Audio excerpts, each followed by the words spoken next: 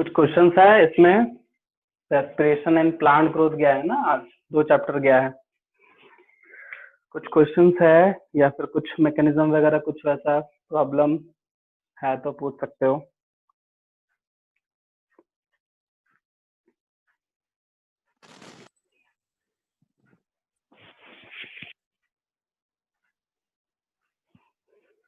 तो एक्सर्जोनिक प्रोसेस और एंडरजोनिक प्रोसेस क्या होता है?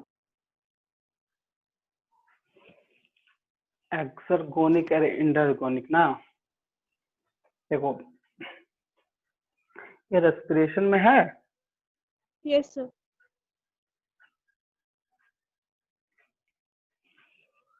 रेस्पिरेशन में टॉपिक ऐसे एक्सर्गोनिक इंडरगोनिक में मतलब यहाँ पे एनर्जी का रिलीजिंग, जैसे मान लो ना कि अगर आउटर मेम्ब्रेन पे होगा और इनर में होगा तो ऐसा ही प्रोसेस को एक्सर एंड इनर, क्योंकि रेस्पिरेशन के बेसिस पे तो बहुत कम दिखता है, वो हम लोग का सबसे ज्यादा है फोटोसिंथेसिस वगैरह में दिखेगा। ठीक है, इसमें जो अगर ऐसा है तो एक्सर्गोनिक एंड इंडरगोनिक में हम लोग ये पढ़ते हैं कि एक्सर्गोनिक मतलब मेम्ब्रेन पे, ठीक है, और इंडरगोनिक जो होता है वो इनसाइड सेल के अंदर में ऐसा होता है, वही है।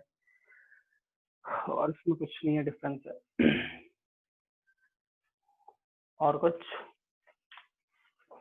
इसमें कुछ क्वेश्चन था क्या, ऑब्जेक्टिव क्वेश्चन?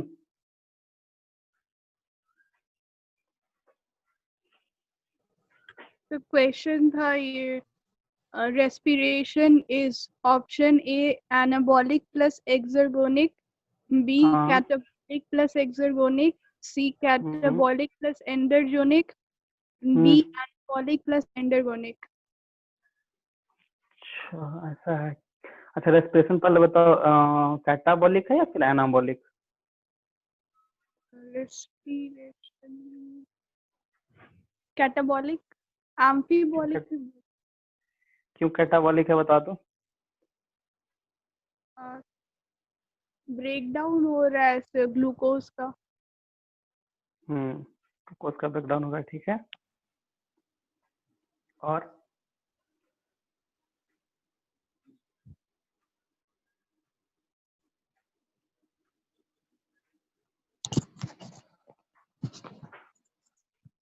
कुछ नहीं बता।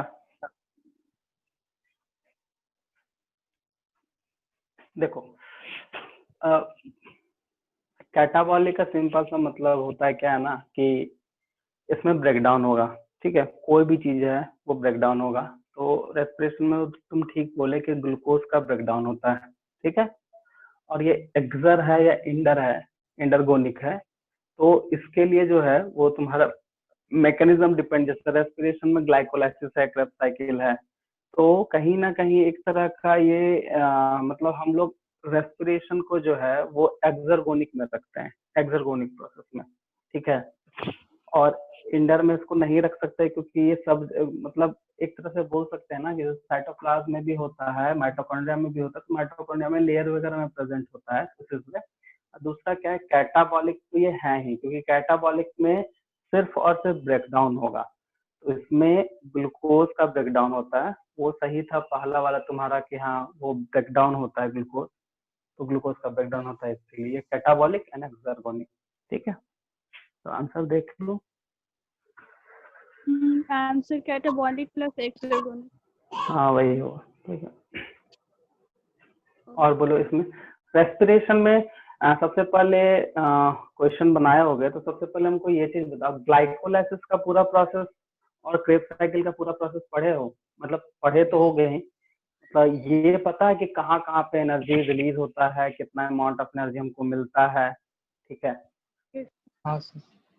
अच्छा ग्लाइकोलाइसिस जो मैकेनिज्म होता है, आई मीन ग्लाइकोलाइसिस जो मैकेनिज्म होता है वो एनाबॉलिक सॉरी वो एरोबिक है या एनारोबिक है, बता दो तो। एनारोबिक। एनारोबिक है, एरोबिक नहीं हो सकता है। इसमें एनसीईआरटी में था without the help of oxygen होता है। ऑक्सीजन, ठीक है। देखो ग्लाइकोलाइसिस दोनों होता है, क्योंकि एरोबिक होगा तभी मैक्सिमम अमाउंट में एनर्जी। अच्छा एक ग्लाइकोलाइसिस में अगर एनारोबिक की बात करेंगे तो कितना अमाउंट ऑफ एनर्जी रिलीज होता है? 4 एटीपी। 4 एटीपी। कैसे हमको इसका बताओ तो 4 एटीपी कैसे बताएं? ग्लाइकोलाइसिस में 2 एटीपी रिलीज होता है ना। हाँ गुड। दो एटीपी रिलीज होता है कि 2 एटीपी यूज होता है? बनता कितना है? पहले 4 बनता है लेकिन 2 तो कंज्यूम भी हो जाता है। हाँ तो बनता है, नहीं नहीं नहीं नहीं। तो अच्छा, तुमसे नेट गेन एटीपी अगर पूछेगा तो क्या आंसर होगा, ये पहले बता दो। 2 2 होगा। अच्छा, और अगर हम एनारोबिक और एरोबिक के हिसाब से बात करें तो? एनारोबिक ग्लाइकोलाइसिस में क्या बोलेंगे, इसमें तो ऑक्सीजन का यूज हो नहीं रहा है। हो नहीं रहा है ना, लेकिन ग्लूकोज टूट रहा है तो कुछ ना कुछ तो एनर्जी रिलीज करेगा ही ना। रेस्पिरेशन जो हम लोग यहाँ पे पढ़ रहे हैं सेलुलर, क्योंकि रेस्पिरेशन यहाँ पे हम लोग प्लांट के केस में पढ़ रहे हैं, तो प्लांट हो या फिर एनिमल हो, सिंपल है। Respiration is a cellular respiration, cell के अंदर में रेस्पिरेशन प्रोसेस होता है। अब वहां पे अगर ऑक्सीजन देते हैं तो ऑक्सीडाइज करके मोर अमाउंट होगा, और अगर नहीं रहेगा तो लेस अमाउंट होगा। अकॉर्डिंग टू एनसीईआरटी वो सही है कि उसमें लिखा हुआ विदाउट ऑक्सीजन, लेकिन कहाँ पे? तो डिपेंड करता है, जो most of the prokaryotic cell है, या फिर हम लोग बोलते हैं कि जो जितना भी एनारोबिक ऑर्गेनिज्म है, हम लोग बोलते हैं ना कि एनारोबिक रेस्पिरेशन करता है ये ऑर्गेनिज्म, उसमें 2 एटीपी करेगा, ठीक है। लेकिन अगर एरोबिक में चले जाएंगे तो उसमें कितना एटीपी को वो रिलीज करेगा, कितना एटीपी बनाएगा, ये पहले सोचो। कंज्यूम तो ठीक है, 2 कंज्यूम करता है, 2 टीपी बनाता है, 2 कंज्यूम कर लेता है, ठीक है। लेकिन अगर तुमसे नेट गेन ग्लाइकोलाइसिस में पूछा जाएगा तो कितना होगा, कि नेट गेन एटीपी कितना बनता है? 2 एटीपी ग्लाइकोलाइसिस में। 2 एटीपी ग्लाइकोलाइसिस में। और फिर वो ग्लाइकोलाइसिस का जब कन्वर्सन होता है फिर वो कहाँ जाता है? Mitochondrial matrix. अच्छा, वहाँ क्या होता है? Oxidative decarboxylation. उसके बाद क्या होता है वहाँ पे? ऑक्सीडेटिव डीकार्बोक्सिलेशन, फिर वहां से जितना भी एटीपी एनएडीपीएच बना है वो फिर जाता है इलेक्ट्रॉन ट्रांसपोर्ट चेन। जैसे एनएडीपीएच वहां बनता है, एफएडीएच2 बनता है, जीटीपी बनता है, सब इलेक्ट्रॉन ट्रांसपोर्ट चेन। कितना मॉलिक्यूल ऑफ एनएडीपीएच बनता है? सॉरी, एनएडीपी मत लगाओ, एनएडीएच2, पी अलग हो जाएगा। एनएडीएच2 कितना बनता है?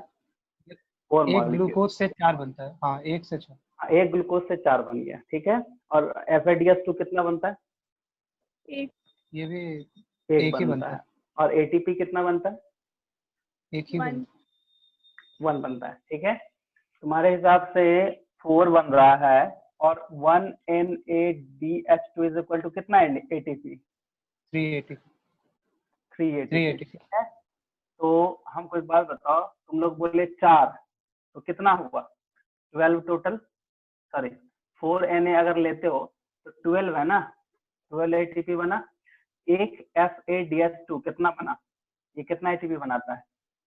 2 2 एटीपी टोटल। हाँ, 2 एटीपी बना, और वहाँ 1 एटीपी बनता है, ठीक है। तो टोटल 1, तो यहाँ टोटल हुआ 15 हुआ ना।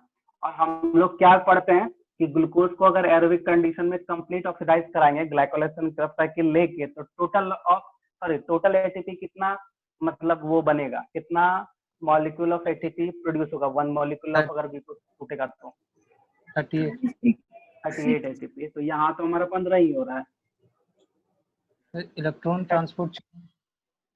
सर उसका ये भी तो होगा ना, एक उसमें वहाँ पर एक ग्लूकोज से बना 4 एटीपी प्लस जब ऑक्सीडेटिव डीकार्बोक्सिलेशन वहाँ भी 2 जाएगा ना, 2 पायरुविक एसिड बनता है एक ग्लूकोज से। चलो 2 पायरुविक एसिड बना। तो चलो 2 हो गया। चलो तुम्हारे हिसाब से 30 हुआ, फिर 8 कहाँ से आएगा? ये 8 छूट क्या होगा? बताओ। हाँ, तुम्हारे हिसाब से क्रेब साइकिल में 30 एटीपी बन रहा है, ये एकदम सही है। वही हम जानना चाह रहे थे, क्योंकि ये क्वेश्चन इस तरह से पूछता है कभी कभी कि क्रेब साइकिल में हम लोग नॉर्मली क्या पढ़ते हैं, वो सारा कुछ हम दिमाग में रहता है, लेकिन हम लोग ये नहीं देखते हैं कि वो 2 मॉलिक्यूल ऑफ पायरुवेट हो, क्योंकि ग्लूकोज जब भी टूटेगा C6 कार्बन है ग्लूकोज, और ये जब भी टूटता है तो C3 जो कि पायरुविक एसिड होता है, 2 इंटू क्या C3, ठीक है। I mean C3 pyruvic acid, यहाँ पे पायरुवेट भी लिख सकते हैं हम लोग, तो 2 पायरुवेट। तो पायरुवेट कंप्लीटली अगर ऑक्सीडाइज हो रहा है, ठीक है, तो हम लोग वहां पे बोलते हैं कि एक पायरुवेट में 15, तो 2 में 30। लेकिन तुम बोल रहे हो 38 एटीपी, तो 8 एटीपी कहाँ गया? सर ग्लाइकोलाइसिस का जोड़े। हाँ ग्लाइकोलाइस तो तुम बताओगे ना, जोड़ोगे कि नहीं जोड़ोगे? नहीं, उसको भी जोड़िए तब। हाँ एक ये क्रेब्स साइकिल का हुआ, ग्लाइकोलाइसिस भी कि छूटेगा। अगर ग्लाइकोलाइसिस और क्रेब्स, हाँ ग्लाइकोलाइसिस भी जुटेगा अगर तुमको बोलता है कि ग्लूकोज को ब्रेक डाउन करना है, क्योंकि यहाँ पे रेस्पिरेशन हम बोल रहे हैं। और अभी तुम लोग क्या बोले कि रेस्पिरेशन जो है कैटाबॉलिक प्रोसेस है। अगर हम 1 मॉलिक्यूल ऑफ ग्लूकोज को तोड़ते हैं तो कंप्लीट 38 टूटता है, आई मीन 38 बनता है, सॉरी 38 एटीपी बन जाता है, ठीक है 38 एटीपी बना। लेकिन क्रेब्स साइकिल 30 और ग्लाइकोलाइसिस 8, टोटल 38 एटीपी बन रहा है, कोई 4 बोल रहा है, कैसे, ये कैसे संभव है बताओ? ये कहाँ से कॉन्सेप्ट लाया? नेट 2 एटीपी, नेट 2 एटीपी बनता है। नेट 2 एटीपी बनता है।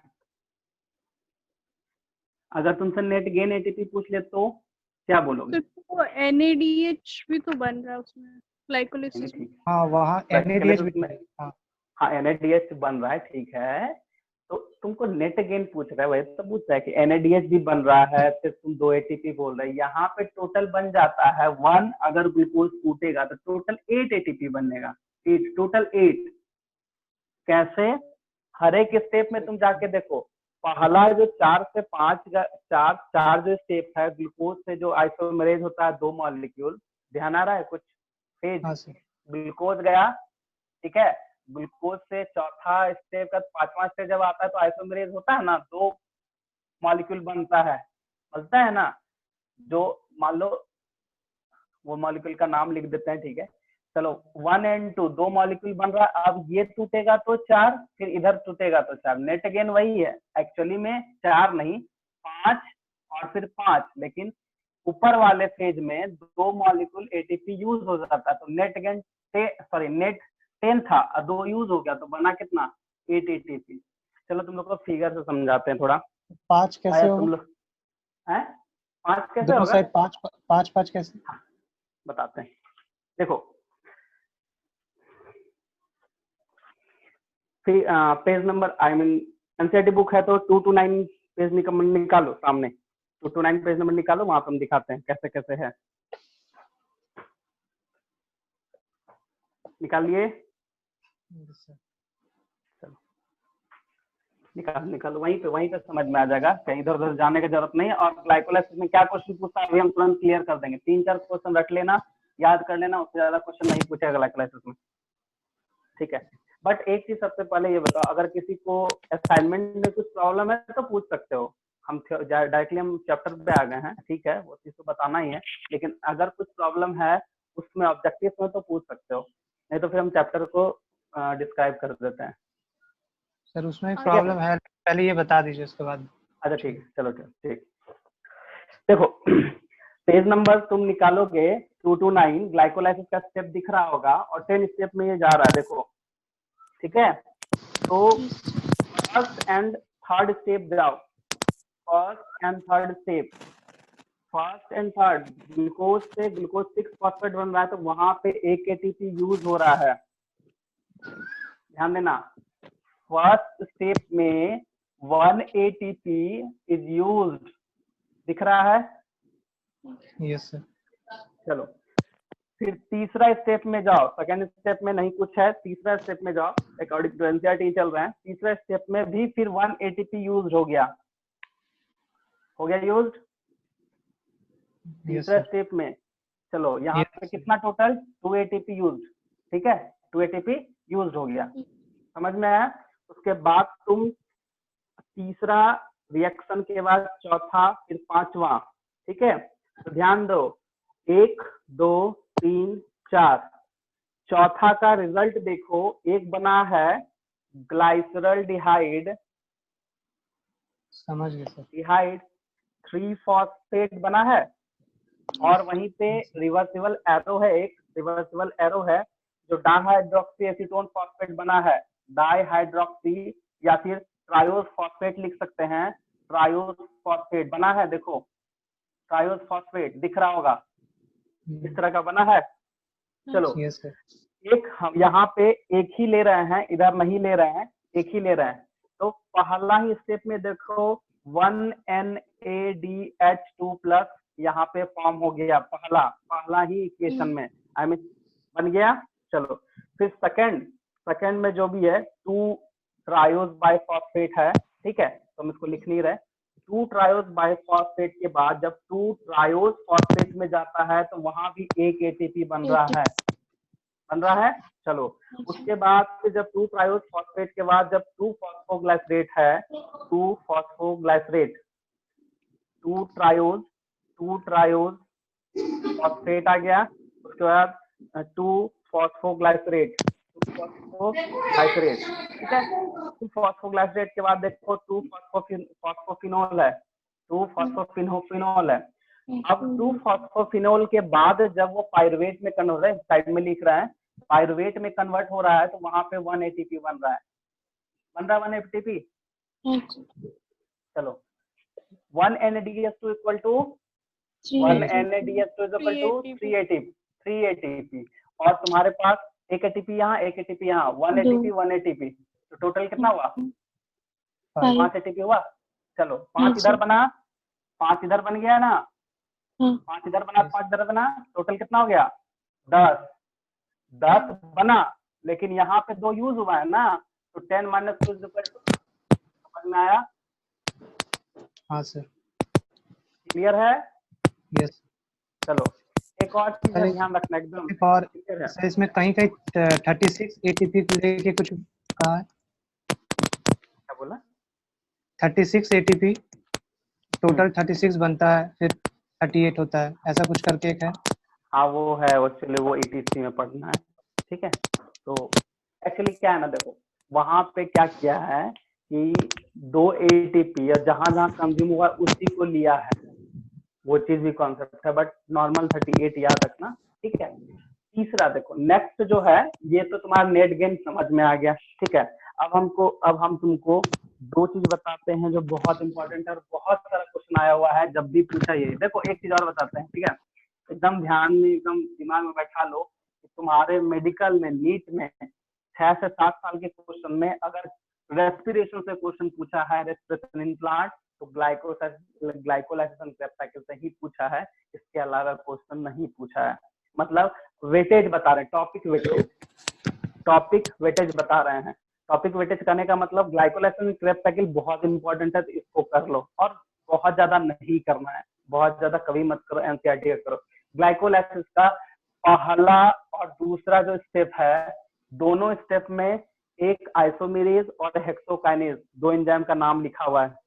देखो हेक्सोकाइनेज एंड आइसोमेरेज एनसीईआरटी का लाइन में लिखा हुआ है एंजाइम्स नेम, एक है आइसोमेरेज और एक है हेक्सोकाइनेज, 2 एंजाइम है, देखो लाइन में ही लिखा हुआ है, ठीक है।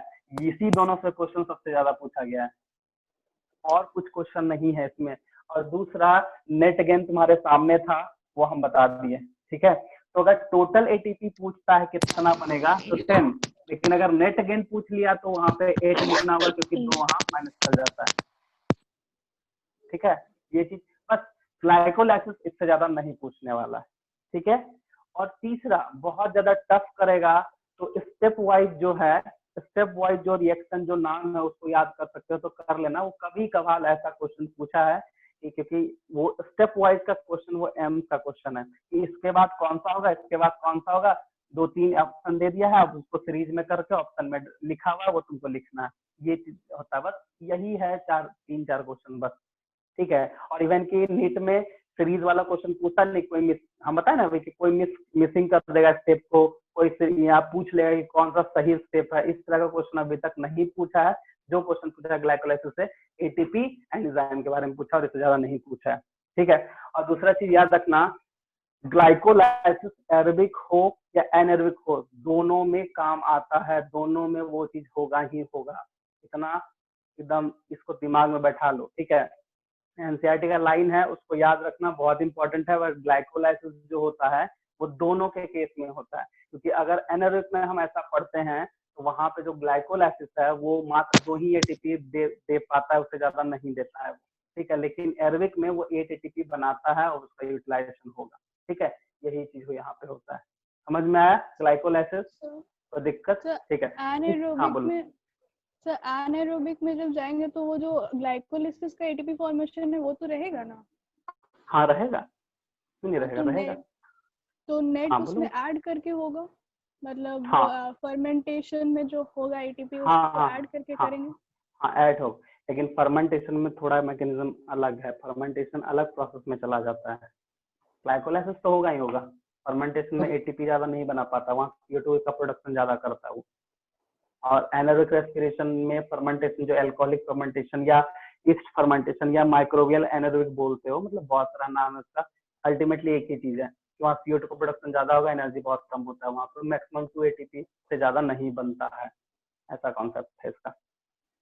ठीक है, तो ये चीज है रेस्पिरेशन में ग्लाइकोलाइसिस और क्रेब्स साइकिल को, बस उससे ज्यादा। अच्छा, क्रेब्स साइकिल में जो है नेट गेन एटीपी, तुम लोग को सब कुछ आ रहा है, तुम लोग रिवाइज कर लेना, और उसमें ज्यादा कुछ है नहीं, उसमें ज्यादा कुछ बताने के लिए है भी नहीं, क्योंकि एनसीईआरटी में पूरा जो वो दिया है वो नहीं दिया है। लेकिन तुम लोग को अगर पढ़ाया, मतलब विनायक सर पढ़ाए होंगे, तो स्टेपिंग जरूर याद करना, क्योंकि स्टेपिंग याद करोगे तो ईटीएस में बहुत ज्यादा काम आने वाला है चीज। एटीएस में 5 कॉम्प्लेक्स है, पांचों कॉम्प्लेक्स का नाम कहीं ना कहीं क्रेब्स साइकिल के रिएक्शन के हिसाब से उसका रखा गया, नहीं तो याद नहीं होगा तुमको। ठीक है, ये चीज है। तो खैर जो भी है, तो अगर मतलब ग्लाइकोलाइसिस तो क्लियरली दिख रहा है, और इधर इवन कि हम 5-6 साल में क्वेश्चन देखे भी हैं, यही 3-4 ग्लाइकोलाइसिस पूछा, तो यही 3-4 पूछ रहा है। स्टेपिंग में एम्स तक में अगर जाते तो 2018 का ही क्वेश्चन है, 17 का ही क्वेश्चन में स्टेपिंग से क्वेश्चन पूछा है, उससे ज्यादा क्वेश्चन नहीं पूछा है। ठीक है, लेकिन जहाँ नीट की बात है और नीट में इस बार एम्स भी है, तो इम्पोर्टेंट कहीं ना कहीं हो जाता है। इस चैप्टर का सबसे ज्यादा weightage part Krebs cycle and glycolysis ही है, और सबसे ज्यादा मेन बस एनर्जी कहाँ से कहाँ रिलीज हो रहा है, कौन किससे बना के कर रहा है, बस वो स्टेप बहुत इंपॉर्टेंट है। ठीक है, ये चीज होता है। और एटीएस अगर तुम लोग को नहीं समझ में आ रहा है या फिर कुछ नहीं आ रहा तो बोलो, हम समराइज कर सकते हैं, कर देंगे, हाँ उसमें सर, कोई दिक्कत नहीं। ईटीएस। सर ईटीएस का सीक्वेंसेस याद करना है। हाँ याद करना है। एक बात तुमको पता है ना, अच्छा एक चीज छोटा सा क्वेश्चन का आंसर दो, कि आखिर इलेक्ट्रॉन जो ट्रांसफर होता है उसका मेन रीजन क्या है? कैसे वो अचानक से ट्रांसफर हो जाता है कि भाई पहले यूवी क्विनोन में था, फिर वो चला जाता साइटोक्रोम में, ऐसा होता क्यों है? रिडक्शन पोटेंशियल से, हायर रिडक्शन, रिडक्शन पोटेंशियल से हाँ लोअर हाँ, रिडक्शन पोटेंशियल। ये चीज हमेशा ध्यान रखना कि रिडक्शन जो रिड्यूस जल्दी होगा उसी में कैपेसिटी है इलेक्ट्रॉन को एक्सेप्ट करना, क्योंकि रिड्यूस हो रहा है तो क्या हाइड्रोजन वहां से हट रहा है, रिमूव हो रहा है, और जब हाइड्रोजन हटता है तो दो चीज वहां पे मिलता है, अभी हम समराइज कर देते हैं बहुत अच्छे से, या तो H+ जाएगा या तो E- आएगा, आई मीन इलेक्ट्रॉन। क्योंकि ये चीज तुम लोग को पता है, हाइड्रोजन 1s केमिस्ट्री में पढ़े होगे, वहाँ एक इलेक्ट्रॉन एक प्रोटॉन होता है, न्यूट्रॉन तो होता नहीं है, तो H+ भी जाता है इलेक्ट्रॉन में, तो यही इलेक्ट्रॉन एक्सेप्टर इसी का मैकेनिज्म। अच्छा, इलेक्ट्रॉन एक्सेप्टर इंपॉर्टेंट क्यों है, तो बता सकते हो क्यों इंपॉर्टेंट है, क्यों होना चाहिए? एटीएस जो है इलेक्ट्रॉन ट्रांसपोर्ट क्यों होना चाहिए, इसका क्या फंक्शन, क्या क्या काम है भाई? जैसे वहाँ बहुत सारा NADPH है, FADH2, वो सबको ATP में कन्वर्ट करने के लिए। गुड, ठीक है, जो नहीं जान रहे हो ध्यान से समझना, ये बहुत इंटरेस्टिंग बात है, बहुत कम लोगों को इसका कॉन्सेप्ट एग्जैक्टली पता होता है। ठीक है ना, FADH2 एंड NADH2, हम इसको 3 ATP बोल रहे हैं और इसको 2 ATP बोल रहे हैं, ये ATP के फॉर्म में थोड़े ना है, ये तो नॉर्मल फॉर्म एनर्जी का फॉर्म है, इसको इसमें कन्वर्ट करना होगा, और ये ETS करेगा तभी हो पाएगा, नहीं तो नहीं हो पाएगा, क्योंकि वहां पे उसको H2O भी बनाना है और ATP भी बनाना है, और ये जब तक ये ATP नहीं बनेगा तब तक ये यूज नहीं कर सकता है इसको। ये तो खैर अभी तुम लोग जान गए कि 1 NADH2 इज अ 3 ATP, अरे उसके बराबर वो है, बट कन्वर्ट तो करना पड़ेगा, अब कन्वर्ट करेंगे तो कैसे, इस H को हटाना है। ठीक है, चलो समराइज कर देते हैं ETC है क्या, बस इसका याद तुमको रखना है। ठीक है, कुछ कुछ चीज है जो समराइज है, वो हम अपने तरीके से जैसे इसको कर पाए हैं वो हम बताते हैं, कोशिश किए हैं इजी करने का। ठीक है, तो सबसे पहले, ठीक है, ETS में होता क्या है, तो ETS का एक और नाम लिखा है एनसीईआरटी में, देखो ऑक्सीडेटिव लिखा है एनसीईआरटी में, हाँ ऑक्सीडेटिव फॉस्फोरिलेशन, क्यों लिखा हुआ है बताओ, ऑक्सीडेटिव फॉस्फोराइलेशन क्यों लिखा हुआ है, कोई आंसर दो। फॉस्फोरेशन मतलब कि एटीपी वहां पर बन रहा है इसीलिए। पिछले और वो क्लास ये बताए थे, हाँ गुड बोल रहे, सही बात बोल रहा है कि एटीपी जो है इसके फॉर्मेशन के प्रोसेस को हम लोग क्या बोलते हैं, फॉस्फोरिलेशन। यहाँ पे ऑक्सीडेशन काम कर रहा है, ऑक्सीडेशन प्रोसेस से हो रहा है। कैसे? ऑक्सीडेशन से हो रहा है, इसीलिए इसका ऐसा नाम दिया गया। तुम फोटोसिंथेसिस में जाओ, वहां पे लिखा होता है फोटो फॉस्फोरिलेशन। लास्ट में ऑक्सीजन यूज होता है। हाँ यहाँ लास्ट पे ऑक्सीजन होता है, हाँ लास्ट में ऑक्सीजन यूज होता है, क्योंकि ऑक्सीजन यूज होगा तभी H2O निकल पाएगा और वो उसको एनर्जी में कन्वर्ट कर पाएगा। ठीक बोल रहे हो, क्योंकि रिमूवल ऑफ H+ या फिर H हाइड्रोजन को हटाना है, H2 को हटाना है, मतलब NADH2 NFADH2, इसमें H2 को हटाओगे तभी ये एटीपी में कन्वर्ट होगा। जब तुम H2 हटाओगे तो यही बाद में H2O का फॉर्मेशन करेगा और साथ साथ में एटीपी बनाता है। तो अल्टीमेटली ऑक्सीजन के हेल्प से ये ऐसा होता है, इसलिए बोलते हैं ऑक्सीडेटिव फॉस्फोराइलेशन, और यही होता है एटीपी फॉर्मेशन। सिंपल है और कुछ नहीं है इसमें, बस नाम यहाँ पे ऑक्सीडेटिव है। और इसके पहले जो हम लोग पिछले क्लास डिस्कस किए थे वो क्या था, फोटो फॉस्फोरेशन। सनलाइट से एनर्जी लेके ये काम कर रहा है, यहाँ पे ऑक्सीजन से काम कर रहा है। सिंपल है और कुछ नहीं है इसमें। तो ईटीएस थोड़ा समझते हैं, ठीक है। कुछ कुछ चीज है, बेसिक्स यही है कि FADH2 या NADH2 को अगर एटीपी में कन्वर्ट कराना है तो हाइड्रोजन को क्या करना पड़ेगा, रिमूव करना पड़ेगा और ऑक्सीजन को लाना पड़ेगा, जिसके कारण वो हाइड्रोजन हट के ऑक्सीजन से मिलके H2O बनाएगा और एटीपी में कन्वर्ट करेगा। फिर एटीपी अपना यूज होके, क्योंकि देखो हर एक चीज का अगर मान लो हम एटीपी है तो उसको एडीपी में बनाना पड़ेगा, तब एडीपी में फिर होगा तो ये एडीपी को यूज करके फिर एटीपी बनाएगा। उसी तरह NAD है जो कि H2 और FADH ये दोनों बन गया तो इसको एटीपी में कन्वर्ट करो, अल्टीमेटली उसको NAD और इसको FAD में बना के साइटोप्लाज्म में फिर छोड़ दिया जाता है, क्योंकि फिर H2 जुटेगा, फिर H2 जुटेगा क्रेब्स साइकिल में और ये एनर्जी प्रोवाइड करे। तो ये मैकेनिज्म होते रहता है। तो यहाँ पे ETS का सिंपल सा मतलब एक ही चीज है कि FADH2 और NADH2 मतलब यहाँ पे ऑक्सीडेशन प्रोसेस करना, ऑक्सीजन जोड़ना, रिमूवल ऑफ हाइड्रोजन या फिर रिमूवल ऑफ इलेक्ट्रॉन। और इलेक्ट्रॉन का रिमूविंग कैसे होगा, तो ETS सिस्टम में होगा, क्योंकि इलेक्ट्रॉन निकलेगा, वो ट्रांसफर होते हुए अल्टीमेटली इलेक्ट्रॉन हटेगा, इलेक्ट्रॉन आएगा, एक्सेप्ट करेगा, अल्टीमेटली H2O बनाएगा, फिर एटीपी में कन्वर्ट करके अपना फंक्शनिंग स्टार्ट करता है। चलो ठीक है, मैं समराइज करते हैं। सर वो जो दिया हुआ FES में जाएगा, फिर यूबीक्विनोन, फिर साइटोक्रोम बी, ये सीक्वेंसिंग याद करना है। हाँ करना है। सीक्वेंसिंग देखो बहुत ज्यादा सीक्वेंसिंग का है इम्पोर्टेंट, मतलब आप बोल सकते हो क्योंकि चेन में है। हम उसको देखो, इससे क्वेश्चन नहीं पूछा, ETS से बहुत बहुत रेयरेस्ट क्वेश्चन पूछता है, बट है तो याद कर लिया। हाँ हम समराइज कर देते एकदम। हम बोले ना इसको, आज हम ऐसे भी समराइज कर देते हैं। हम सोचे थे कि ETC कर देंगे, तो थोड़ा सा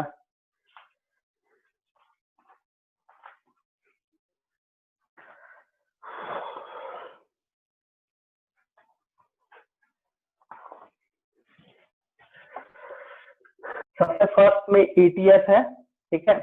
तो इलेक्ट्रॉन ट्रांसपोर्ट सिस्टम या इलेक्ट्रॉन ट्रांसपोर्ट चेन इसी को बोलते हैं। तो इलेक्ट्रॉन का जो ट्रांसपोर्ट है वो कैसे होगा, इसका कॉन्सेप्ट हम लोग समझ गए, ठीक है। बट यहाँ पे ध्यान ये रखना है कि ये जो इलेक्ट्रॉन का ट्रांसफरिंग होता है वो कैसे होगा। तो एक उसके लिए भी है कि रिडक्शन पोटेंशियल कम होना चाहिए, जिसका मतलब सिंपल है, जिसमें एबिलिटी इलेक्ट्रॉन को एक्सेप्ट करने का है वही ना उसको ले पाएगा। अब जैसे सीरीज में तुम्हारे सामने साइटोक्रोम C आ जाता है, साइटोक्रोम CA1 आ जाता है। आखिर ऐसा क्यों होता है, इस C से इधर क्यों जाता है, क्योंकि रिड्यूस करने का एबिलिटी रहता है, घटते रहता है और वो इलेक्ट्रॉन एक्सेप्ट करते रहता है, यही इसका मैकेनिज्म है, ठीक है। लेकिन इलेक्ट्रॉन का ट्रांसपोर्टिंग के लिए 5 कॉम्प्लेक्स का होना बहुत इंपॉर्टेंट है, और अगर वो नहीं हुआ तो क्योंकि वो एक तरह का 5 एंजाइम है, जो 5 कॉम्प्लेक्स पढ़ रहे हैं वो एक एंजाइम है जो कि उसको भेजने में और इलेक्ट्रॉन ट्रांसपोर्ट करके फिर अल्टीमेटली ऑक्सीडाइज करके इलेक्ट्रॉन ट्रांसपोर्ट करेगा। मतलब इलेक्ट्रॉन ट्रांसपोर्ट हो रहा है, मतलब ऑक्सीडाइज हो रहा है, मतलब H+ हट रहा है। देखो ETC का मेन पर्पस क्या है, ठीक है।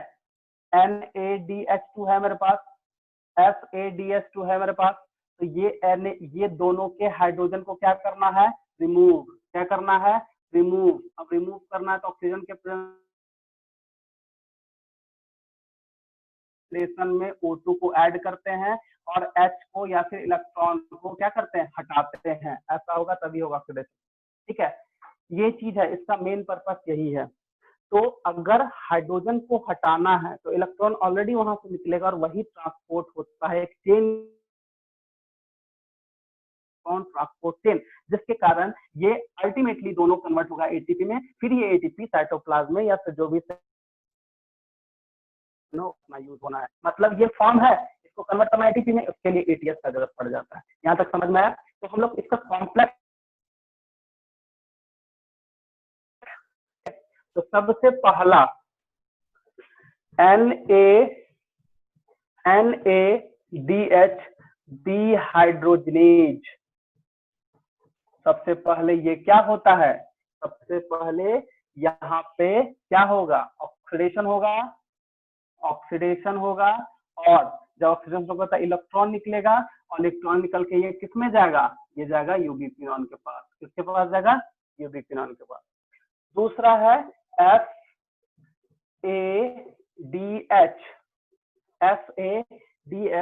और यहाँ पे जो एंजाइम है सक्सिनेट डिहाइड्रोजिनेज, सक्सिनेज डिहाइड्रोजिनेज एंजाइम है यहाँ पे।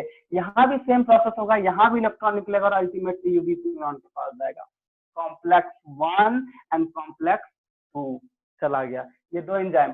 तीसरा एंजाइम हम बात करेंगे तो यह है cytochrome BC, cytochrome BC1 complex, इसी के थ्रू जाएगा। मतलब देखो यूबीक्विनॉन से के बाद जो कॉम्प्लेक्स है ये साइटोक्रोम BC1 है।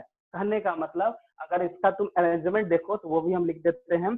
पहले यूबीक्विनॉन जाएगा, उसके बाद फिर साइटोक्रोम BC1, उसके बाद फिर यहाँ पे कैरियर है, कोई कॉम्प्लेक्स एंजाइम वगैरह नहीं है, यहाँ पे कैरियर है जिसको हम लोग बोलते हैं साइटोक्रोम C, और उसके बाद फिर है लास्ट में साइटोक्रोम C, उसके बाद है A3, और यहाँ पे 2 कॉपर भी होता है, तुम लोग देख सकते हो वहां फिगर में दिख जाएगा।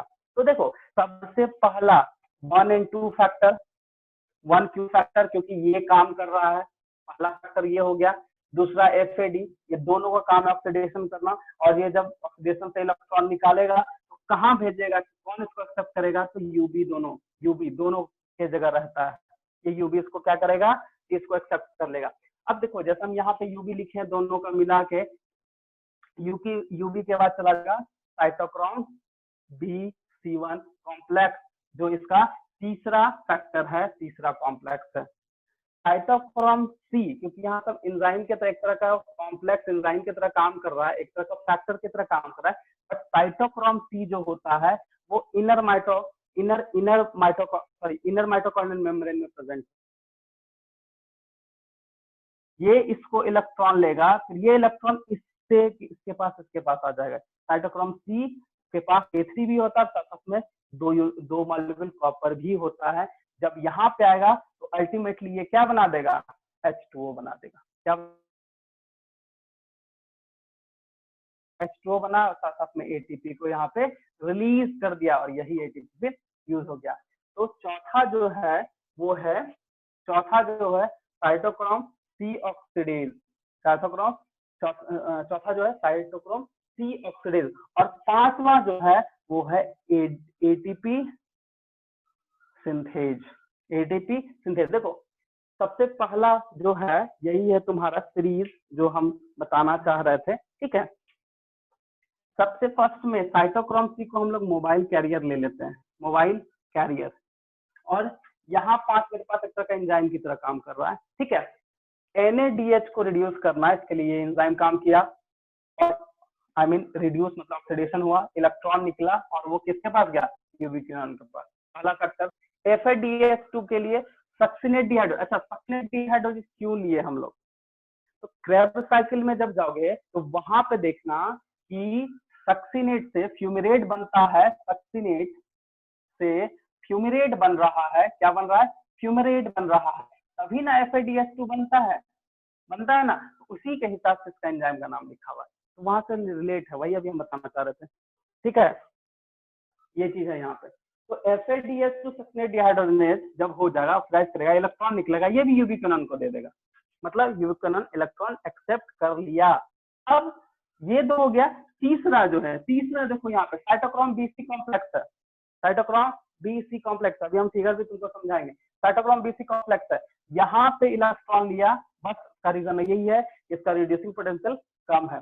उसके बाद साइटोक्रोम C जो है, साइटोक्रोम C जो है वो इस तरह का मोबाइल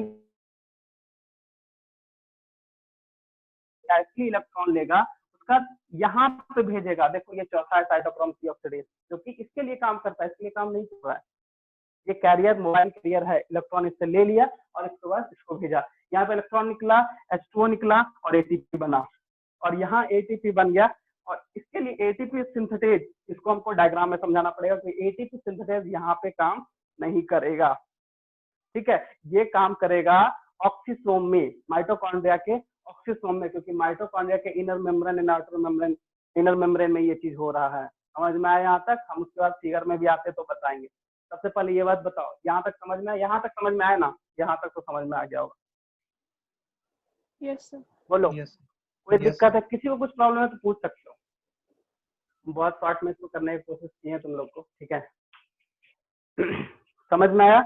क्वेश्चन यहीं से आएगा, जो आएगा यहीं से आएगा। हाँ, इसका सीरीज को जरूर याद करना, सीरीज से ही क्वेश्चन आता है और ज्यादा कुछ नहीं पूछता है। अब हम डायग्राम में थोड़ा तुमको बताएंगे कि कहाँ इलेक्ट्रॉन है, कहाँ प्रोटॉन है, क्योंकि जो नया डायग्राम है एनसीईआरटी का, वो वाला डायग्राम तो मेरे पास नहीं है, थोड़ा पास मेरा पुराना बुक है, ठीक है ना। एक्चुअली में F1 F0 पार्टिकल को, ऑक्सीसोम को, नए वाले बुक में ऑक्सीसोम को इनर मेम्ब्रेन के साथ ही फिगर में डाल दिया है, लेकिन वो मेरे पास अलग फिगर है तो हम उसमें समझा देंगे। इसको समझ में आ गया? ठीक है, चलो इसको हम मिटाते हैं। मिटाए ना? अब यहाँ पे ध्यान देना क्या हम कहने वाले हैं, ठीक है। सपोज दैट मान लो ये हमारा आउटर मेम्ब्रेन और ये हमारा इनर मेम्ब्रेन। चलो ठीक है, एक चीज और बताते हैं, ठीक है। यहाँ पे एकदम ध्यान देना, हम लोग जितना भी अभी पढ़े उसमें कहीं भी ये नहीं आया है, ये दोनों नहीं आया है। आया है FES और FMN? नहीं आया है। लेकिन ध्यान रखना कि ETS सिस्टम में, क्योंकि वो एंजाइमेटिकली कॉम्प्लेक्स की तरह काम कर रहा है, बट ETS सिस्टम में SES इज अ प्रोटीन और ये प्राइमरी एक्सेप्टर होता है, प्राइमरी एक्सेप्टर होता है किसका? इलेक्ट्रॉन का, ठीक है। चलो हम फिगर में आते हैं, क्योंकि ये मिलेगा, ये हमको मिलेगा, ठीक है। ये आउटर है, ये इनर समझना। आउटर में क्या होता है, H प्लस का कंसंट्रेशन ज्यादा होता है, तो ये पार्ट जो है प्लस प्लस प्लस की बात करते हैं, तो प्लस का कंसंट्रेशन यहाँ पे बढ़ा और माइनस इधर के इलेक्ट्रॉन इधर आ गया, ठीक है। ये हमारा आउटर मेम्ब्रेन ऑफ माइटोकॉन्ड्रिया, ये हमारा इनर मेम्ब्रेन, और इनर मेम्ब्रेन में सारा मैकेनिज्म होता है और इलेक्ट्रॉन ट्रांसपोर्ट इसी के थ्रू होता है। तो कहीं ना कहीं प्रोटॉन भी तो छोड़ेगा, क्योंकि H प्लस और ये माइनस दोनों ना हो रहा है, क्योंकि H हाइड्रोजन आयन को हम लोग क्या कर रहे हैं, हाइड्रोजन आयन को ऑक्सीडाइज कर रहे हैं, ठीक है। एक तरह से उसको ऑक्सीडाइज कर रहे हैं, तो इसको रिमूव कर रहे हैं, तो रिमूव करेंगे तो दोनों ना निकलेगा, क्योंकि ये दोनों का पार्ट है। अभी हम जस्ट बताए कि हाइड्रोजन में इलेक्ट्रॉन प्रोटॉन दोनों होता है, इलेक्ट्रॉन इधर रहेगा और इलेक्ट्रॉन इधर रहेगा और प्रोटॉन इधर रहेगा, ठीक है। अब ये जब होता है तो यहीं पे कनेक्ट है हमारा क्या, ऑक्सीसोम। क्या कनेक्ट है? ऑक्सीसोम, जहां पे हम लोग का ATP बनता है, ठीक है। देखो ये यहाँ पे है, ये माइनस है, लेकिन H प्लस को जाना पड़ेगा अंदर, H प्लस को जाना पड़ेगा। ये F0, ये F1 पार्टिकल है, ठीक है। H प्लस को जाएंगे तभी वहां पे ATP बनेगा। तो जब ये फोर्स लगता है, यहाँ पे फोर्स लगता है और H प्लस जब अंदर जाता है, तो H प्लस जैसे ही अंदर जाएगा तो यहाँ पे ATP सिंथेज एंजाइम काम करेगा और वहां पे ATP बनाएगा। किससे? ADP प्लस PI से ATP बना लेगा। चलो फिगर में आते हैं। देखो ये वाला मैकेनिज्म समझो, ये चीज दिया हुआ है। देखो F0 पार्टिकल, यहाँ ध्यान देना, F0 पार्टिकल से इधर अगर हम ऐसे रखते हैं, ठीक है, ऐसे रखते हैं, तो ये हमारा, अगर दिख रहा है तो दिख रहा है तुम लोग को फिगर, चलो हम कोशिश करते हैं। ये हमारा फिगर है, ये आउटर मेम्ब्रेन समझो, ये इनर मेम्ब्रेन समझो, ठीक है। उसी में इसको समझो, देखो एकदम सामने ला रहे हैं, तो ये वाला जो पोर्शन है इधर का, मतलब मेरे राइट साइड में H+ दिया हुआ है, इधर इलेक्ट्रॉन माइनस दिया हुआ है, तो ये फोर्सफुली अंदर जाता है और अंदर जाके एटीपी सिंथेज काम करता है क्योंकि वो एंजाइम है, और वही एंजाइम एडीपी प्लस पीआई जोड़ता है और एटीपी का फॉर्मेशन कर देता है। देखो यहाँ पे वही किया हुआ है, यहाँ एंजाइम का नाम नहीं लिखा है लेकिन ये होता है। देखो एरो भी बना है, H+ इधर से जाता है इधर, समझ में आया? किसको दिक्कत है तो पूछ सकते हो। नया एनसीईआरटी में इसको ऐड कर दिया है, मतलब F0F1 पार्टिकल को ऑक्सीजन को यहाँ पे ऐड करके ही बताया गया है। तो यहाँ ये समझ में एटीपी कैसे बना, सबसे पहले ये बताओ, उसके बाद हम फिगर पे जाएंगे। हाँ, किसी को कुछ प्रॉब्लम तो बोल सकते हो, कोई दिक्कत नहीं, कंफ्यूजन है तो बोल सकते हो। नहीं कंफ्यूजन, चलो ठीक है, अच्छी बात है, कंफ्यूजन नहीं है तो अब हम लोग आते हैं थोड़ा सा, क्योंकि फिगर तो हम बनाए नहीं। फिगर देखो,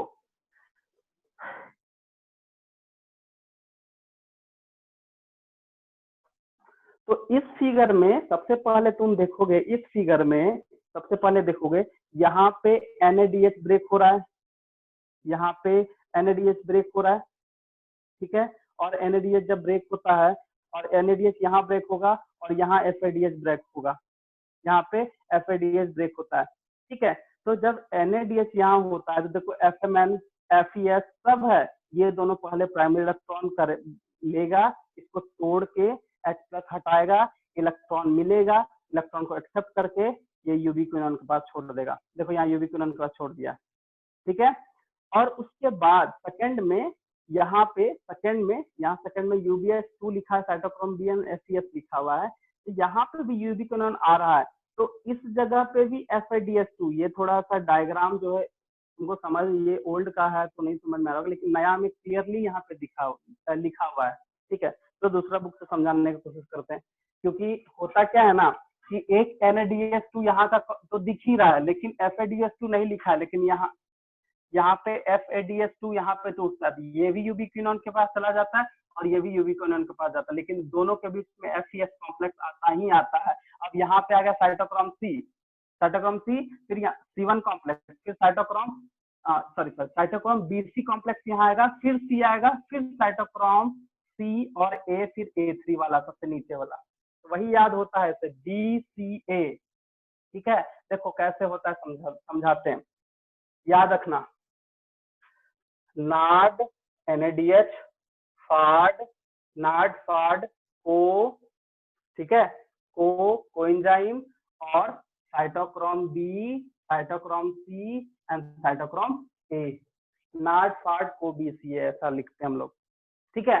तो NADH फिर FADH, उसके बाद फिर यहाँ पे को के यूवी क्विनोन कर लोगे, तो ये दोनों से जब इलेक्ट्रॉन निकला तो यूवी क्विनोन के पास गया, UV quinone cytochrome BC1 complex के पास गया, उसके बाद साइटोक्रोम C एक मोबाइल क्लियर दिखाए थे, और उसके बाद A, क्योंकि साइटोक्रोम C के साथ A और A3 भी था, देख लो अभी फिगर में होगा, न्यू एनसीईआरटी में दिया है अच्छे से, साइटोक्रोम इसमें भी दिया है, बस थोड़ा सा इसमें कंफ्यूजन है, FADH2 नहीं दिया है इसलिए हम उसको नहीं दिखा रहा है। साइटोक्रोम CA, तो यहाँ पे हम उसको A लिख दिया, मतलब BCA ऐसे हम याद कर सकते हो, नाड फाड को BCA, ये याद हो जाएगा, यही है इसका सीरीज। अब को के जगह यूवी क्विनोन रख दो, B, C एंड A तुम्हारे सामने, समझ आया? Yes sir. नहीं अभी देखो दिक्कत है तो आप बताओ, क्योंकि हम जहाँ तक हुआ तुम लोग को बहुत कोशिश किए हैं सिंपल समझाने का, ठीक है। किसी को कुछ दिक्कत है तो अभी भी पूछ सकते हो, कोई प्रॉब्लम नहीं है, ठीक है, फिर से हम समझा देंगे, कोई दिक्कत नहीं है, ठीक है। थोड़ा बहुत कुछ हो गया है, किसी को इसमें क्वेश्चन है तो पूछ सकते हो, ठीक है। चलो किसी को दिक्कत नहीं है, अच्छी बात है। तो इसी तरह तुम इसका सीरीज याद कर सकते हो, लेकिन इसके पहले जो हम बनाए थे वो वाला बहुत इंपॉर्टेंट था, एंजाइम वगैरह डाले थे, मैं उसको लिख सकते हो, ठीक है। थोड़ा सा इसमें FAD का कौन सा देखते हैं, दूसरा मेरे पास बुक है, उसमें अगर होगा वैसा तो तुमको दिखा देंगे अभी जस्ट तुरंत, क्योंकि वो चीज दिखाना बहुत इंपॉर्टेंट है। फिगर अगर सामने रहता है तो याद करने में बहुत ज्यादा आसानी हो जाएगा। प्लांट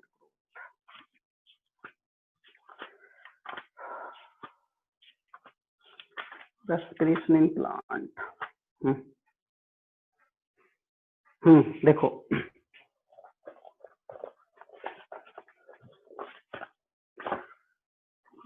तो खैर है यहाँ पे,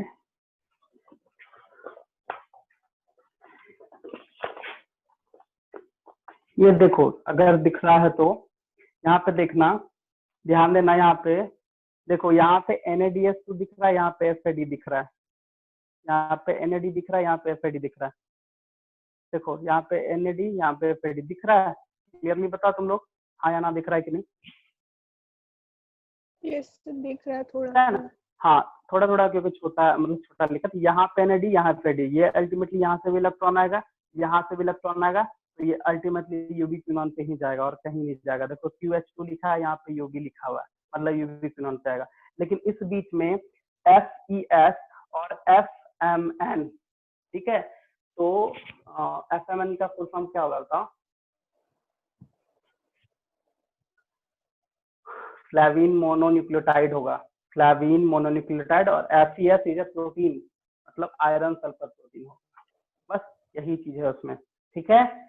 तो उसको न्यू एनसीईआरटी में देखना, उसमें FADH2 का कहीं ना कहीं जिक्र किया है, ठीक है। और अगर नहीं किया है तो सेकेंड स्टेप में उसको वहां पे लिख लेना एनसीईआरटी में, तुमको क्लियरली दिख जाएगा यूबीक्विनॉन कहाँ से कहाँ कौन कौन लेके जा रहा है, ठीक है। यहाँ पे 2H+ जो निकला है UQH2 के बाद, वो कहाँ से?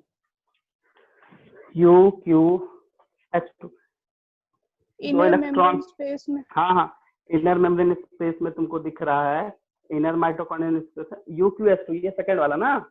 हाँ यस सर। यहीं पे तो बता रहे थे FADH2। नहीं उसके उसमें निकला कैसे, मतलब वो तो गया है FADH2 वाला, और वो जो UQH2 से निकला है वो क्या? तो इलेक्ट्रॉन तो निकलेगा ना, देखो H+ को यहाँ H2 मानो, और ये जब होगा तो H+ इलेक्ट्रॉन माइनस निकालेगा, तो यहाँ जो H+ है वो FADH2 का पार्ट है, मतलब H2 है, एक तरह से H2 है, तो एक तरफ से H2 जा रहा है और एक तरफ से H+ निकल रहा है, समझे?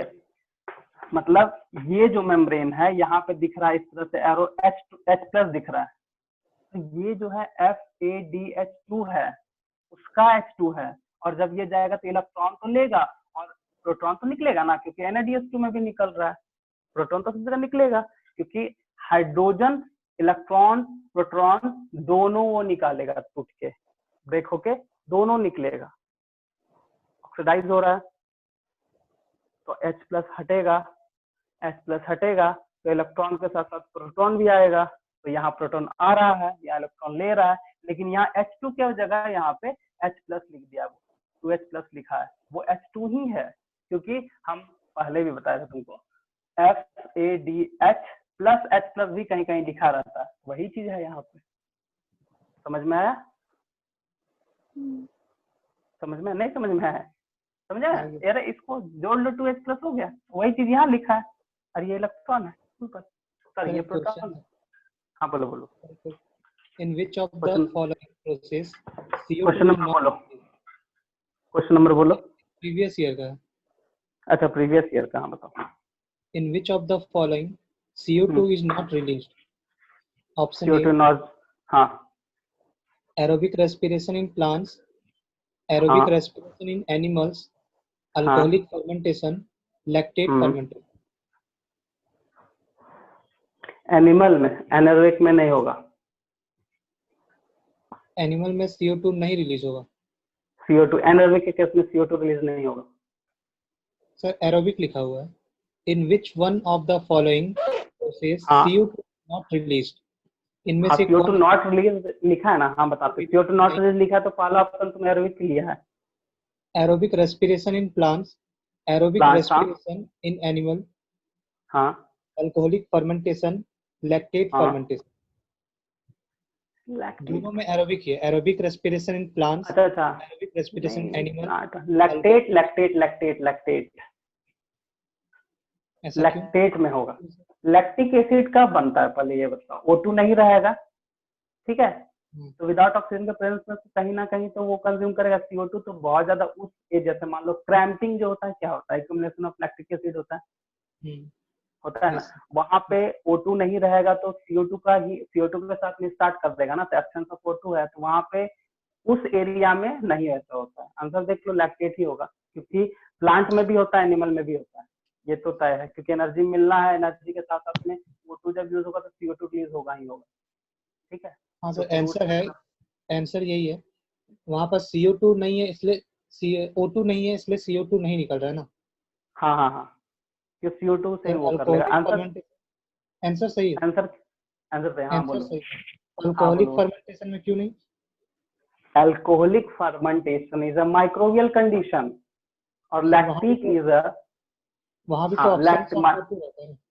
वहां पे CO2 का तब प्रोडक्शन होता है, CO2 का प्रोडक्शन नहीं होगा तो हाँ ऑक्सीजन होता है, कैसे इट्स आएगा। Not CO2। हाँ, लेकिन लेकिन सर ये वहाँ मल्टी पे सेलर के एनारोबिक केस। रहता है ना, हाँ बोलो बोलो। वो कंडीशन तो एनारोबिक रहता है ना। हाँ, कंडीशन एनारोबिक रहता है, लेकिन वो माइक्रोब में चला गया ना, मल्टी सेलर में। मल्टी सेलर में लैक्टिक एसिड बन रहा है। अगर अल्कोहल बन जाएगा ना तो वहां पे CO2 का प्रोडक्शन करेगा ही करेगा। अल्कोहलिक फर्मेंटेशन अलग चीज है, फर्मेंटेशन लैक्टेट फर्मेंटेशन अलग चीज है। लैक्टेट में यहाँ एसिड बन रहा है और हाँ वहां सर पे सही। अल्कोहल बन रहा है, तो फर्मेंटेशन। अच्छा, कॉमन सा चीज है, हम लोग ब्रेड बनाते हैं, हाँ सर वहां पे समझ गए, वो तो फर्मेंटेशन करते हैं। इथेनॉल हाँ प्लस वहां पे CO2 होता है। हाँ, CO2 वहां रिलीज होता ही होता है, इसीलिए वो लैक्टेट है, इसीलिए तो वो मसल सर सेल में और होता है, मल्टी सेल, इसीलिए इसीलिए ऐसा होता एक है लेकिन उसका ऑप्शन थोड़ा बड़ा बड़ा है, तो है। अच्छा बोलो। स्क्रीन शेयरिंग होगा क्या? हाँ, स्क्रीन शेयरिंग। अच्छा, तुम लोग वो यूज कर रहे हो ना, क्या बोलते हैं ऐप के वास्तव में। अच्छा सर ऐसे ही सुन लीजिए फिर। हाँ बोलो वो बोलो। ब्लैक बोर्ड में आप लिख लीजिए। इन हाँ बोलो। अल्कोहलिक फर इन अल्कोहलिक फर्मेंटेशन, ऑप्शन हाँ। A, hmm. Oxygen is the electron acceptor. Hmm. Option B, triose hmm. phosphate is the electron donor while hmm. acetaldehyde is the electron acceptor. अच्छा, तीन ही ऑप्शन है। Option C, triose हाँ। phosphate is the electron donor while hmm. pyruvic acid is the electron acceptor. Option D, अच्छा, there is no electron donor. यहाँ पे sir देखना होगा थोड़ा सा। ऑप्शन नंबर लिख लीजिए। हम ऑप्शन लिख लेते हैं, बोलो पहला ऑप्शन क्या था। Oxygen is the electron acceptor. Oxygen is the electron acceptor. ठीक है। Option B, triose हाँ, phosphate is the electron donor. Triose Triose phosphate is the electron electron donor donor. हाँ। while while while while acetaldehyde is the electron acceptor. Electron acceptor. ठीक है। Option C, triose हाँ। phosphate is the electron donor हाँ, is the electron donor while pyruvic acid while pyruvic acid is the electron acceptor. While electron pyruvic acceptor. acid is the electron acceptor. Option D, हम्म। there is हम्म। no donor. There is no हाँ, electron donor. ये there is no, किसकी case में बात कर रहा है, there is no electron donor. और ऑप्शन क्वेश्चन था इन अल्कोहलिक फर्मेंटेशन, इनमें से चारों से कौन सा सही है? इन अल्कोहलिक फर्मेंटेशन, चार option. Oxygen is the electron acceptor. Option D में है there is no electron donor. अच्छा, देयर इज, ऑप्शन डी में there is no electron donor. Donor हाँ। तो ये किसके लिए, देयर इज किसके लिए? अच्छा, अल्कोहलिक फर्मेंटेशन में इलेक्ट्रॉन डोनर। देखो, इन अल्कोहलिक अल्कोहलिक फर्मेंटेशन होगा तो एनर्जी जो है वो कम बनेगा, और इलेक्ट्रॉन डोनर या एक्सेप्टर रहेगा तो वहां पे एनर्जी का फॉर्मेशन होता है। तो pyruvic acid is electron acceptor को देखना पड़ेगा, इसमें एनसीईआरटी में इसका फिगर था ना, एक सेकंड तो रुको। ये क्वेश्चन आया हुआ है 2003 में, क्या इस टाइप का सर आ हाँ, सकता है मेरे पास? नहीं आएगा, 2003 छोड़ दो, इस टाइप का नहीं आएगा। नहीं आएगा। 2010 11 10 11 के बाद बनाना बना। वैसे हम देखेंगे इसको, क्वेश्चन को एक बार देखना जरूरी है ना। पायरुविक एसिड से इलेक्ट्रॉन, पायरुविक एसिड से इलेक्ट्रॉन एक्सेप्टर ना, triose phosphate.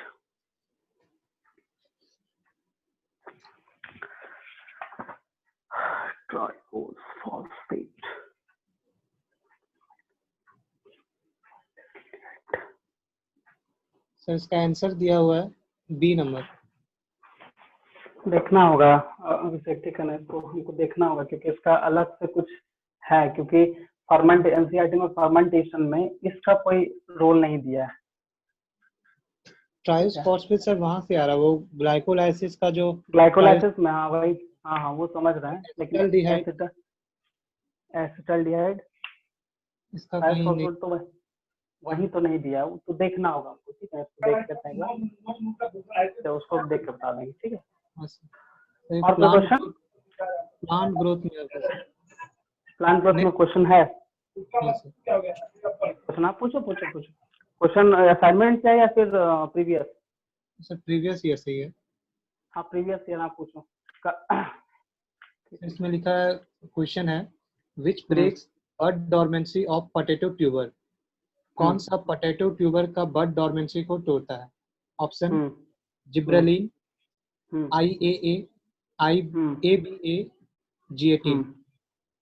Option A gibberellin, option A gibberellin, option B लिनोल acetic acid, option C abscisic acid, option D G18। Question है इसका कहाँ समझ गए? सी होगा, एब्सिसिक एसिड होगा, एब्सिसिक एसिड होगा। देखो उसका एक कॉमन सा चीज याद रखना, एब्सिसिक एसिड डोरमेंसी को तोड़ने में हेल्प करता है, ठीक है। सर एब्सिसिक एसिड तो इंड्यूस करता है ना डोरमेंसी, गिबरेलिन होगा। हाँ सॉरी गिबरेलिन होना चाहिए, सॉरी गिबरेलिन होना चाहिए। सही बोल रही क्योंकि एब्सिसिक एसिड और इथाइलिन इज इनिवेटरी हार्मोन होता है एक तरह का, और उसके बाद जो तीसरा ऊपर auxin cytokinin gibberellin is a promoter, वो प्रमोट करता है ग्रोथ में, चाहे वो सेल इलोंगेशन हो, फ्रूट का सेप्टन साइज हो, या फिर सेल हो, ये सब में है। लेकिन इसमें क्या है, गिबरेलिन होना चाहिए। सर आंसर तो जिब्रेलिन दिया हुआ है, लेकिन ये कहाँ लिखा हुआ है सर?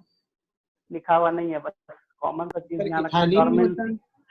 इथाइलिन में बस एक सुनो, इथाइलिन में एक क्वेश्चन याद रखो कि जब राइपनिंग ऑफ फ्रूट केस है, ये क्वेश्चन पूछता है क्योंकि राइपनिंग ऑफ फ्रूट और सेनेसेंस में, हाँ राइपनिंग ऑफ फ्रूट और सेनेसेंस, ठीक है। देखो राइपनिंग ऑफ फ्रूट में क्या होता है ना कि वो पल्प को डिसॉल्व करता है, जैसे मैंगो है हार्ड रहता है सॉफ्ट हो जाता है, पल्प डिसॉल्व करेगा। और सेनेसेंस, इथाइलिन का ये सबसे फेमस क्वेश्चन है, राइपनिंग ऑफ फ्रूट में कौन सा पीजीआर काम करता है, इथाइलिन याद रखो, और सेनेसेंस में भी है। लेकिन इंड्यूस्ड अगर कुछ हो रहा है, कुछ भी अगर इंड्यूस्ड है, मतलब ग्रोथ में प्रॉब्लम आ रहा है, तो उसके लिए एब्सिसिक एसिड को दिमाग में बैठा लो, और इससे ज्यादा क्वेश्चन नहीं पूछेगा। और गिबरेलिन और तुम्हारा ये क्या कहते हैं, गिबरेलिन और cytokinin and auxin is a promoter, उसमें कुछ होगा, लेकिन है बेसिक चीज यही है। जैसे साइटोकाइनिन और ऑक्सिन दोनों में क्या डिफरेंस है? तो साइटोकाइनिन का मेन काम है सेल के डिवीजन में, लेकिन इलोंगेशन के लिए ऑक्सिन, ये याद रखना, क्योंकि उल्टा हो जाता है कभी कभी, हम लोग ऑक्सिन को लिख देते हैं सेल डिवीजन, वो गलत हो जाएगा, ठीक है। वो एनसीईआरटी का लाइन में भी लिखा हुआ है। और उसका हाँ बोलो सर, इसमें ये 4 ऑप्शन में हम मेरे ख्याल से इथाइलिन ऑप्शन में नहीं है इथाइलिन, लेकिन इथाइलिन के कॉलम में लिखा हुआ है सर कि ब्रेक सीड डोरमेंसी, बड डोरमेंसी को एनसीईआरटी में ये चीज लिखा हुआ है। हाँ ठीक है, लेकिन अगर ऑप्शन नहीं है तो फिर क्या करोगे? तो एनसीईआरटी में वो कैसे कहीं लिखा भी नहीं है ना। हाँ नहीं लिखा है कोई बात नहीं, लेकिन ऑप्शन ठीक है तुम्हारा एकदम कहना सही है, लेकिन अकॉर्डिंग टू ऑप्शन काम करना है, क्योंकि ऑप्शन में जो अप्रोप्रिएशन होता है वही होता है। अगर मेरे पास नहीं है इथाइलिन, ठीक है, इथाइलिन नहीं है, तो वहां पे एब्सिसिक एसिड अगर है तो वो भी करता है, तुम उसको टिक कर सकते हैं, ठीक है। सही है तुम, हाँ वो सही है, क्योंकि कभी कभी देखो यही सब चीज होता है, जो क्वेश्चन बनाने से ये सब चीज दिमाग में खुलता है कि हाँ ऐसा भी होता है, ऐसा भी आता है, ठीक है। ये चीज है, जैसे हम लोग के टाइम पे अभी नहीं, इवन हम भी बहुत गलती करते थे, ऑक्सिन और साइटोकाइनिन में बहुत ज्यादा गलत कर देते हैं। साइटोकाइनिन का सीधा सीधा काम है सेल का डिवीजन, और ऑक्सिन का काम होता है सेल का इलोंगेशन में, और ये मेरे से खुद से होता था, ठीक है। तो वही चीज तुमको करना है। इसमें क्वेश्चन जो है, देखो प्लांट ग्रोथ जो है उसमें पीजीआर को अच्छे से करो, और दूसरा एक टॉपिक है photo periodism, exposure of sunlight. बस ये 2 टॉपिक से क्वेश्चन पूछा है, तुम देख सकते हो 5-6 साल के क्वेश्चन में ये दोनों टॉपिक से बहुत ज्यादा क्वेश्चन पूछा है, अगर पूछा है तो। ऐसे प्लांट ग्रोथ जो है वो एक आध क्वेश्चन पूछता है हर एक साल, ज्यादा नहीं पूछता और मैक्सिमम पीजीआर से ही रहता है, लेकिन फोटोपेरिडम से भी क्वेश्चन देखा गया है। ठीक है, तो ये तो हिट टॉपिक है, इस चैप्टर का हिट टॉपिक यही सर तो है। फोटोपेरियोडिज्म और एक क्या बोले? वही पीजीआर, प्लांट ग्रोथ रेगुलेटर। हाँ यही सर और एक क्वेश्चन क्वेश्चन निकाल। है, हाँ बोलो बोलो। Leaf fall can be prevented with the help of abscisic acid, auxin, हाँ फ्लोरिजेन, साइटोकाइनिन। हाँ बताओ leaf answer. Fall can be हाँ प्रिवेंटेड समझ विद द गया हेल्प। तुम। हाँ तो देखो अभी तो फॉल होने से बचाएगा कौन? ऑप्शन में तुम देखो, अभी तो तुरंत दूंगा, साइटोकाइनिन जो है वो मेन काम है सेल का डिवीजन, गिबरेलिक एसिड बचता है, उसके बाद एब्सिसिक एसिड शायद ऑप्शन में नहीं है। है सर, एब्सिसिक एसिड है, ऑक्सिन है, फ्लोरिजेन, साइटोकाइनिन। हाँ तो साइटोकाइनिन तो होगा नहीं। ठीक है, अब आते हैं हम लोग एब्सिसिक एसिड गिबरेलिन में। तो अब क्वेश्चन देखो यहाँ, फॉल को रोकता है ना ये। हाँ सर। सर आपका आवाज ही नहीं आ रहा है। अच्छा मेरा आवाज नहीं आ रहा है, एक सेकंड। हाँ सर। आ रहा है ना, तो बताओ। मेरे ख्याल से तो ऑक्सिन होना चाहिए। ऑक्सीन, ऑक्सीन तो ऑप्शन में है, ऑक्सीन ऑप्शन में है। सर ऑप्शन में एब्सिसिक एसिड, हाँ ऑक्सिन, फ्लोरिजेन, हाँ साइटोकाइनिन। जिब्रेलिक एसिड नहीं है। क्लोरीजन है। फ्लोरिजेन, FLORIG। फ्लोरिजेन सर। फ्लोरीजन। हाँ हाँ फ्लोरीजन। ऑक्सीन का काम फॉलिंग वाला में तो, फॉल ऑफ लीव्स में तो ऑक्सीन का काम नहीं है। इसका तो सेल इलोंगेशन में सबसे ज्यादा हेल्प आता है, साइटोकाइनिन का सेल डिवीजन में हेल्प आता है। एब्सिसिक एसिड एक, सर अगर वो एलिमेंट्स हो तो वो मैग्नीशियम की वजह से होता है। हाँ एलिमेंट बस है ना, पीजीआर पूछ रहा है ना, पीजीआर पूछ रहा है, चारों ये तो चारों पीजीआर है ना। हाँ sir. Fall of sorry leaf fall, fall of बोल रहे हैं, लीफ फॉल। ठीक है, तो लीफ फॉल में एब्सिसिक एसिड होना चाहिए मेरे हिसाब से, साइटोकाइनिन और ऑक्सीन तो नहीं होगा। सर ऐसे आंसर आंसर में दिया हुआ साइटोकाइनिन, लेकिन हमको मेरे ख्याल से ऑक्सिन ना होना चाहिए, क्योंकि बुक में लिखा हुआ है prevent fruit and leaf drop at early stage. Prevent fruit and leaf drop at early stage, ये एनसीईआरटी में लिखा हुआ ऑक्सिन में। और आंसर में साइटोकाइनिन। साइटोकाइनिन एक सेकंड को,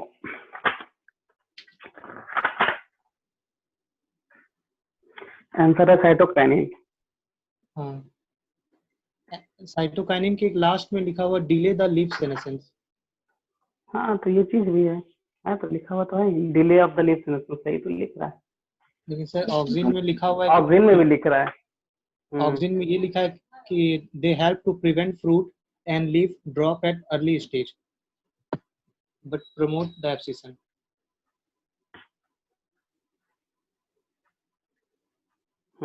they help to prevent fruit and leaf drop at early stage। हाँ साइटोकाइनिन के लास्ट लाइन लिखा हुआ है। हाँ हाँ देखिए, लेकिन आंसर जो है ना देखो यहाँ है अर्ली स्टेज, मतलब समझा, इनिशियल का ही बात बोल रहा है। इनिशियल मतलब बर्ड है, बर्ड के टाइम, बर्ड का मतलब बर्ड स्ट्रक्चर में, मतलब वो छोटा सा कली है, बोलते हैं ना कली अब ग्रोथ होगा, उस टाइम पे तो ठीक है, लेकिन यहाँ पे लिख दिया है ड्यूरिंग सेनेसेंस, लीफ सेनेसेंस, तो आंसर साइटोकाइनिन ही होना चाहिए। एग्जाम में अगर ऐसा आ गया है तो गलती करके चल जाएंगे।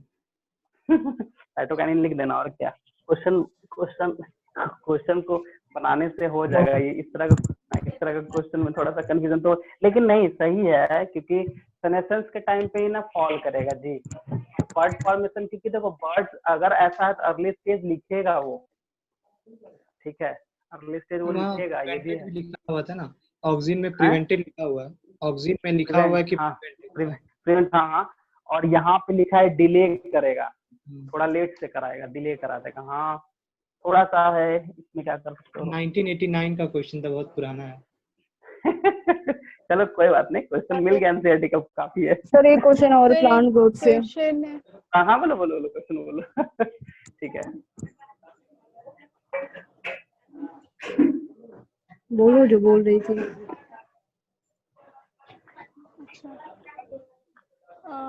Nearly every living organism uses glucose as a nutrient source of energy. Why? Option A, glucose is the only glucose is the only molecule capable of providing the energy to produce ATP. B, the structure of glucose is very similar to ATP. C, the glucose has more potential energy than any other respiratory substrate. D, the ability to harvest energy from glucose appeared very early in biological evolution. सी होना चाहिए। B या सी में है confusion.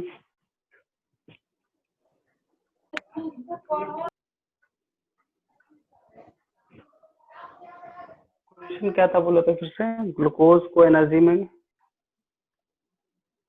Nearly every living organism. हाँ sir. हाँ बोलो बोलो। Nearly every living organism uses glucose as a nutrient source of energy. Why? हाँ हाँ, ऑप्शन में है तुम्हारा पहला कि ग्लूकोज टूट के एटीपी बनाता है, सेकंड है कि ग्लूकोज का जो मॉलिक्यूलर फार्मूला है वो एटीपी से बहुत सिमिलर है ना, और तीसरा में ऑप्शन क्या बोले थे? तीसरा ऑप्शन बताओ। Glucose has more potential energy than any other respiratory substrate. ठीक है, और यही चौथा क्या था? Fourth है sir, the ability to harvest energy from glucose appeared very early in biological evolution. Answer D होना चाहिए। हाँ दिया तो है सर, बट देखो बताते हैं, सिंपल है। हाँ हार्वेस्ट, क्या डी दिया है ना सबसे लास्ट, हार्वेस्ट वाला।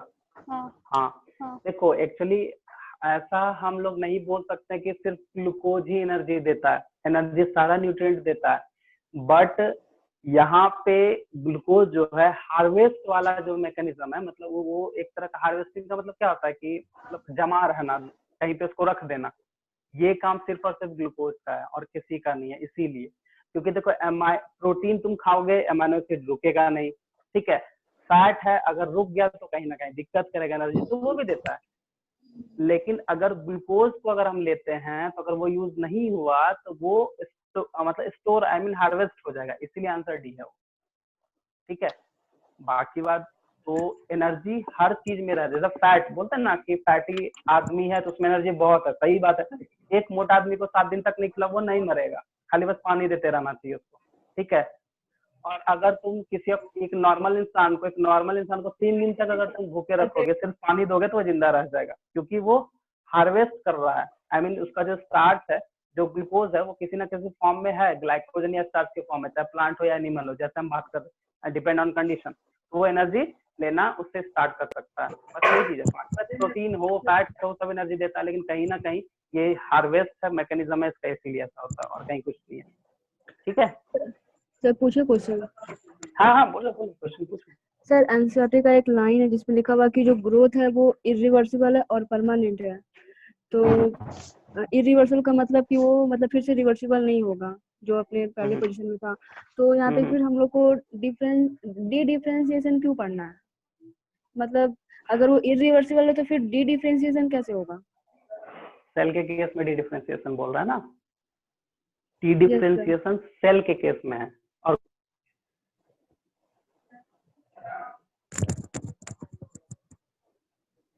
आवाज नहीं आ रहा सर, वीडियो रुक गया।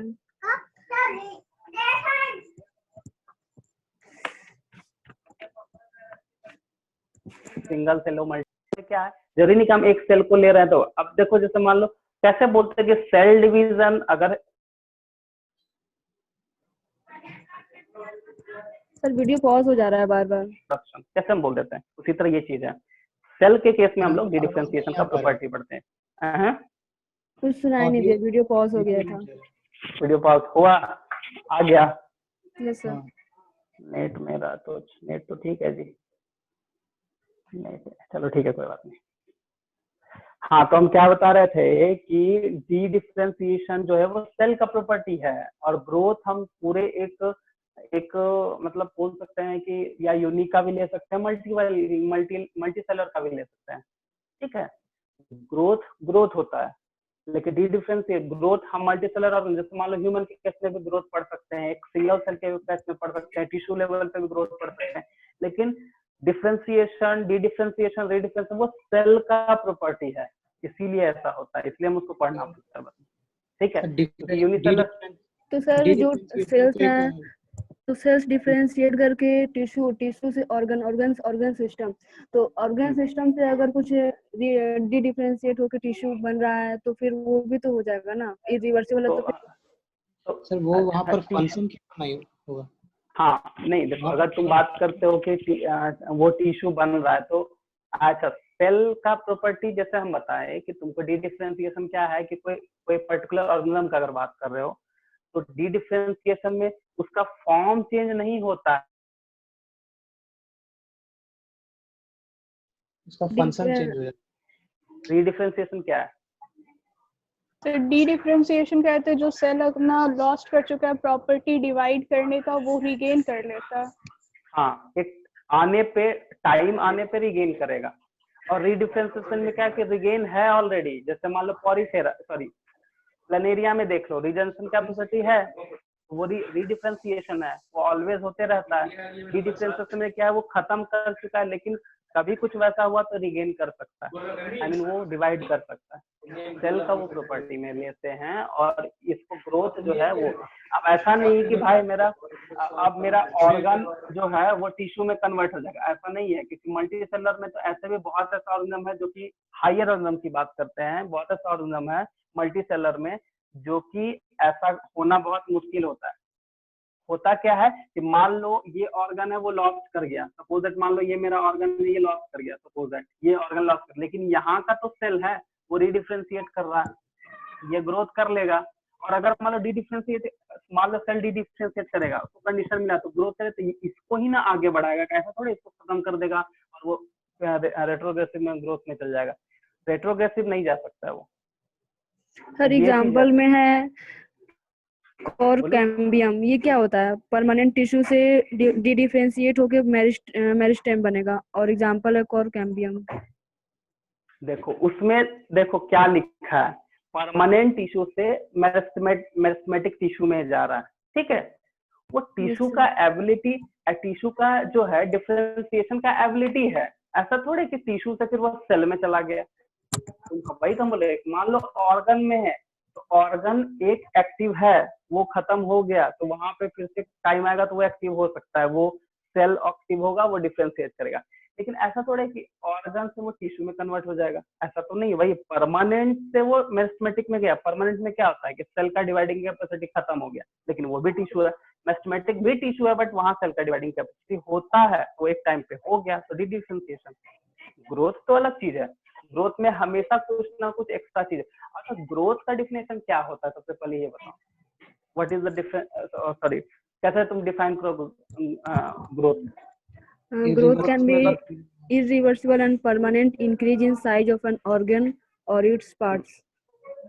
Organ and it's part. लेकिन हम सिंपल सा तुमको चीज एक दो वर्ड बताते हैं, अगर इंक्रीज इन साइज हो रहा है और इंक्रीज इन मास हो रहा है, उसी को हम लोग तो ये ग्रोथ नहीं है, ऐसा भी नहीं। सर क्या बोले आप? इंक्रीज इन नंबर और इंक्रीज इन साइज या increase in mass is called growth. Yes sir. ठीक है, सपोज दैट मान लो ये सेल है, ये सेल जो है ये ग्रोथ कर रहा है, तो मान लो ये 2 सेल डिवाइड कर लिया, 4 सेल कर लिया, ये ग्रोथ कहलाए, या फिर ये अपना साइज बढ़ा के अपना मास बढ़ा लिया, तो ये ग्रोथ हो रहा है। अब मान लो ये सेल है, ठीक है, इस तरह का बहुत सारा सेल है सपोज दैट, ठीक है, 4 सेल है मेरे पास, 4 सेल में 2 सेल क्या है, अपना कैपेसिटी लॉस में फिर से कैपेसिटी आ गया, किसी कारण से कंडीशन ऐसा मिला आ गया, तो ये सेल का प्रॉपर्टी हुआ ना। और ये ग्रोथ तो पूरे ऑर्गेनिज्म के केस में बात कर रहे हैं हम लोग, चाहे वो यूनि हो या मल्टी हो, तो उसी में वही लिख रहा है कि परमानेंट टिश्यू का एबिलिटी क्या होता है, सेल का एबिलिटी का डिवाइडिंग कैपेसिटी का जो एबिलिटी है परमानेंट का, वो लॉस हो जाता है। लेकिन अगर वो डिवाइड करने लगा तो उसी को हम लोग क्या बोल रहे थे कि वो मेस्टमेटिक है, तो टिश्यू से टिश्यू में ही रहा ना, ऐसा नहीं कि टिश्यू से सेल में आ गया। ये चीज हम बताना चाह रहे हैं, नीचे नहीं आएगा, सेम लेवल में रह सकता है, ऊपर से जा सकता है, लेकिन ऊपर से नीचे फॉर्म में ये नहीं आएगा। इसलिए हम लोग ग्रोथ और डिफरेंशिएशन अलग अलग करते हैं, या फिर जो डिफिनेशन है ये वो सामने है तुम्हारे। सर ठीक फ्लोरिजेन है, हार्मोन है? हाँ फ्लोरिजन नहीं पढ़े हैं, हमको एक्चुअली वो ध्यान नहीं है, ठीक है, एनसीईआरटी में है नहीं तो हम नहीं पढ़े। एक्चुअली पुराना एनसीईआरटी में होगा, क्योंकि पुराना एनसीईआरटी में कुछ कुछ गलत भी था, इसलिए उस हिसाब से वैसा क्वेश्चन ऑप्शन दे देता था पहले। कि ओल्ड एनसीईआरटी में मतलब ओल्ड एनसीईआरटी बुरा नहीं है, वो अच्छा चीज है, लेकिन उसमें बहुत बहुत तो नहीं बोल सकते, कुछ कुछ जगह पे गलत था, जो कि बाद में उसको रिवाइज करके ये नया एनसीईआरटी लाया गया। अब इसको भी रिवाइज करके नया एनसीईआरटी है, इसलिए उस टाइम का क्वेश्चन बहुत ज्यादा अजीब हो जाता जी। पहले का जो है, तुम ओल्ड एनसीईआरटी अगर कहीं देख लोगे, ठीक है, तो उसमें माइक्रोस्कोप वगैरह पढ़ना था, सीटी स्कैन वगैरह पढ़ना था, बहुत कुछ पढ़ना था, तो वही लेकिन डिमेरिट्स निकला तो फिर उसको चेंज किया गया। कुछ कुछ चीज हो सर एक सकता है, क्वेश्चन है, हो सकता है। हाँ बोलो बोलो। during the energy priming portion of glycolysis the phosphates from ATP molecules are option A हाँ added to first and sixth carbon, B added to first and fourth carbon, C wasted as energy investment, D used to make lactate. First and six क्या लिख, carbon. हाँ तो ये actually इसका molecular structure देखना पड़ेगा इसमें। ठीक है, तो वैसे देखो ग्लूकोज जो है, yes sir, first and hello, six carbon. हाँ क्वेश्चन फिर से बोलना। ये इसका सर आवाज नहीं आ रही। बोले असाइनमेंट का है क्या? हाँ सर। असाइनमेंट रेस्पिरेशन का है। Yes sir. क्वेश्चन नंबर बोलो तो। 30.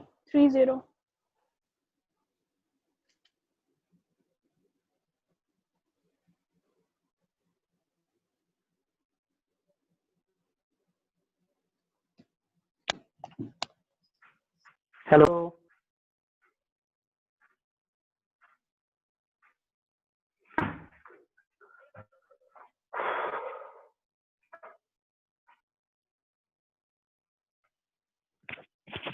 Hello, yes sir. हाँ आवाज तो। क्वेश्चन नंबर 33 या 30? 30 सर, 30. 30 ना। Yes sir.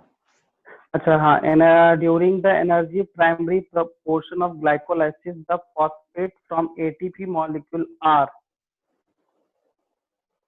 ATP molecule R, इसका तो होना चाहिए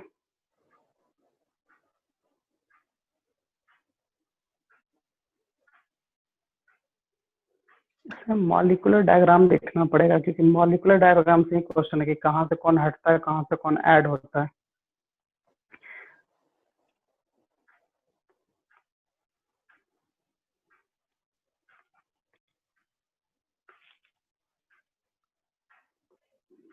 during the energy priming portion of glycolysis, answer क्या है?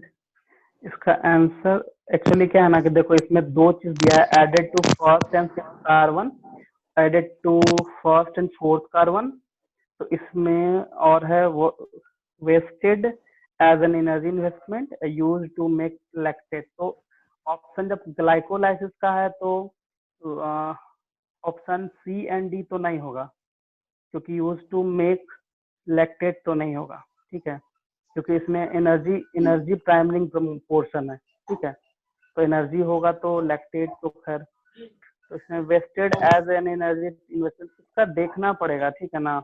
मेरे हिसाब से आंसर ए एंड बी में ही जो है, ए एंड बी में ही होगा। ए इसलिए बोल रहे थे सर, ए इसलिए हम बोल रहे थे। बोलो बोलो बोलो बोलो, इसका रीजन दो। Hello Abhishek, added to first and six carbon, हाँ आंसर ए ही होना चाहिए। हेलो हाँ हाँ बोलो अभिषेक। सर, वहाँ जो लिखते हैं बाईफॉस्फोग्लिसरिक एसिड, तो 1,3 बाइफॉस्फोरेस्टिक एसिड लिखते हैं। ठीक है। पहला नंबर पे होता है फास्फोरस, उसी तरह वहाँ 1 और 6 में ही है जब उसका ग्लाइकोल अच्छा, वही मॉलिक्यूलर में देखना पड़ेगा। 1 और 6 ही लग रहा है, क्योंकि 4 पे चला जाएगा तो अलग चेंज हो जाएगा उसमें। ठीक है, क्योंकि वो तोड़ेगा तो या तो 1 या 6 पे ही है, तो एडिंग का जो है टूटना और जोड़ना सब पहले से ही स्टार्ट होता है वहां पे। ठीक है, वो सही बोल रहे हो। आंसर मेरे हिसाब से भी ए होना चाहिए। क्या आंसर है देखो तो, आंसर ए होना ए है चाहिए। सर।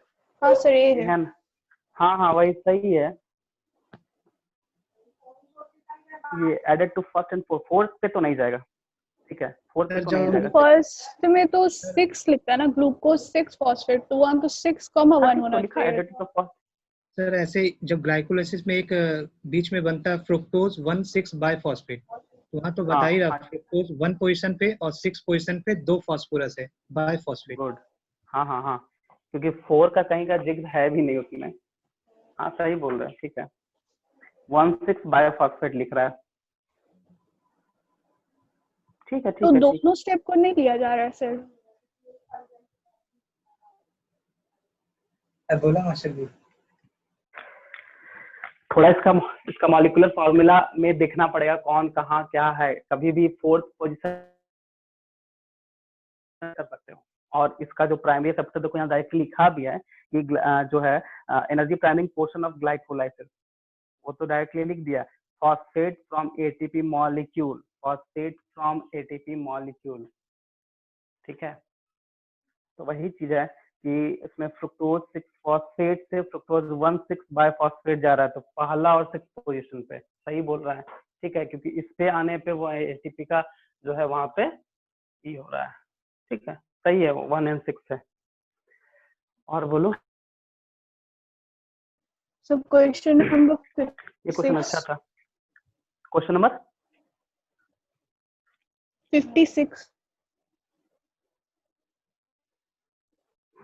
तो 56 ये क्वेश्चन तो ये तो इजी है। बताओ, क्वेश्चन बोलिए 56 आंसर इजी है। सर, क्वेश्चन बोलिए। क्वेश्चन है तुम्हारा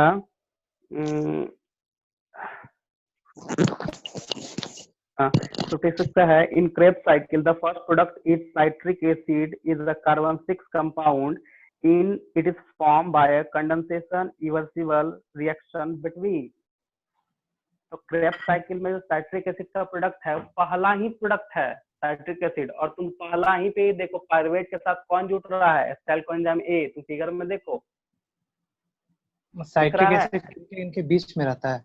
हाँ हाँ, तो उसमें वही ऑक्जेलोएस्टिक एसिड है, अल्फा कीटोग्लिसरीन एसिड। तो वही चीज में लिख रहा है कि इन Krebs cycle the first product is citric acid which is a 6 carbon compound it is a formed by condensation irreversible reaction between। तो किसके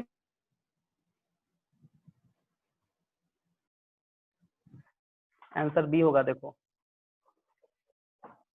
देखो यहाँ देखो, yes sir. Acid oxaloacetic acid है। ठीक है, साइट्रिक एसिड बन रहा है, ऑक्जेलोएसिटिक एसिड एंड एसिटाइल को ये दोनों मिलके ना साइट्रिक एसिड बनाएगा, क्योंकि पायरुवेट जब तक इसमें नहीं कन्वर्ट होगा एसिटाइल कोएंजाइम में तब तक माइटोकॉन्ड्रिया में एंटर नहीं कर सकता है, ये तो पता होगा। तो इस दोनों का रिएक्शन हो रहा है तभी साइट्रिक एसिड बन रहा है। तो ये एनसीईआरटी का ही है, और आंसर उसमें देख लो, ऑक्जेलोएसिटिक एसिड एंड एसिटाइल को ये दोनों मिलेगा तभी साइट्रिक एसिड। फिर देख लो, मेरे हिसाब से तो ऑप्शन बी है। ठीक है, हाँ सर, बी। देख लो आंसर। बी है। ठीक है, क्योंकि देखो उसमें क्लियरली दिख रहा है कि पायरुविक एसिड कन्वर्ट हो रहा है एसिटाइल कोएंजाइम ए में, क्योंकि पायरुविक एसिड पायरुवेट अंदर नहीं जा सकता है डायरेक्टली, तो कन्वर्ट करेगा। और ऑब्वियस बात है, क्रेब साइकिल हमेशा चलते रहा है, ऑक्जेलोएसिटिक एसिटिक एसिड है वो एसिटाइल कोएंजाइम के साथ ऐड होगा, फिर वो साइट्रिक एसिड बनाएगा और फिर वो फर्दर स्टार्ट करेगा अपना प्रोसेस। तो वो चीज है, तो आंसर बी। और बोलो, इसी तरह का क्वेश्चन रहता है। बोलो 59। 59 ये भी इजी है भाई। Gateway Krebs cycle stippling reaction. देखो, Krebs cycle was discovered by Krebs in pigeon muscles in 1940. Which step is called gateway step या link reaction in aerobic respiration? ठीक है, तो इसमें सिंपल है, इसमें सिंपल आंसर क्या है? देखो ऑप्शन क्या है इसका, तो फर्स्ट ऑप्शन है इसका कि glycolysis, formation of acetyl coenzyme A and citric acid formation, और ETS terminal oxidation. So Krebs cycle was discovered by Krebs in pigeon muscles in 1940. Pigeon muscles, which step is called gateway step, link reaction. अभी तो just बताए कि gateway step किसको यहाँ बोल रहे हैं? वे स्टेप दिया हुआ नहीं था ना उससे. सर लिंक रिएक्शन होगा क्या? हाँ, अरे वो होगा आंसर, आंसर होगा इसका फॉर्मेशन ऑफ एसिटाइल कोएंजाइम. हाँ, अभी तो बताए ना, पायरुवेट एसिटाइल को ए तभी एंटर करेगा, तो गेटवे लिंक रिएक्शन दोनों में लिंकअप हुआ तो गया एसिटाइल कोएंजाइम. आंसर वही होगा. और बोलो.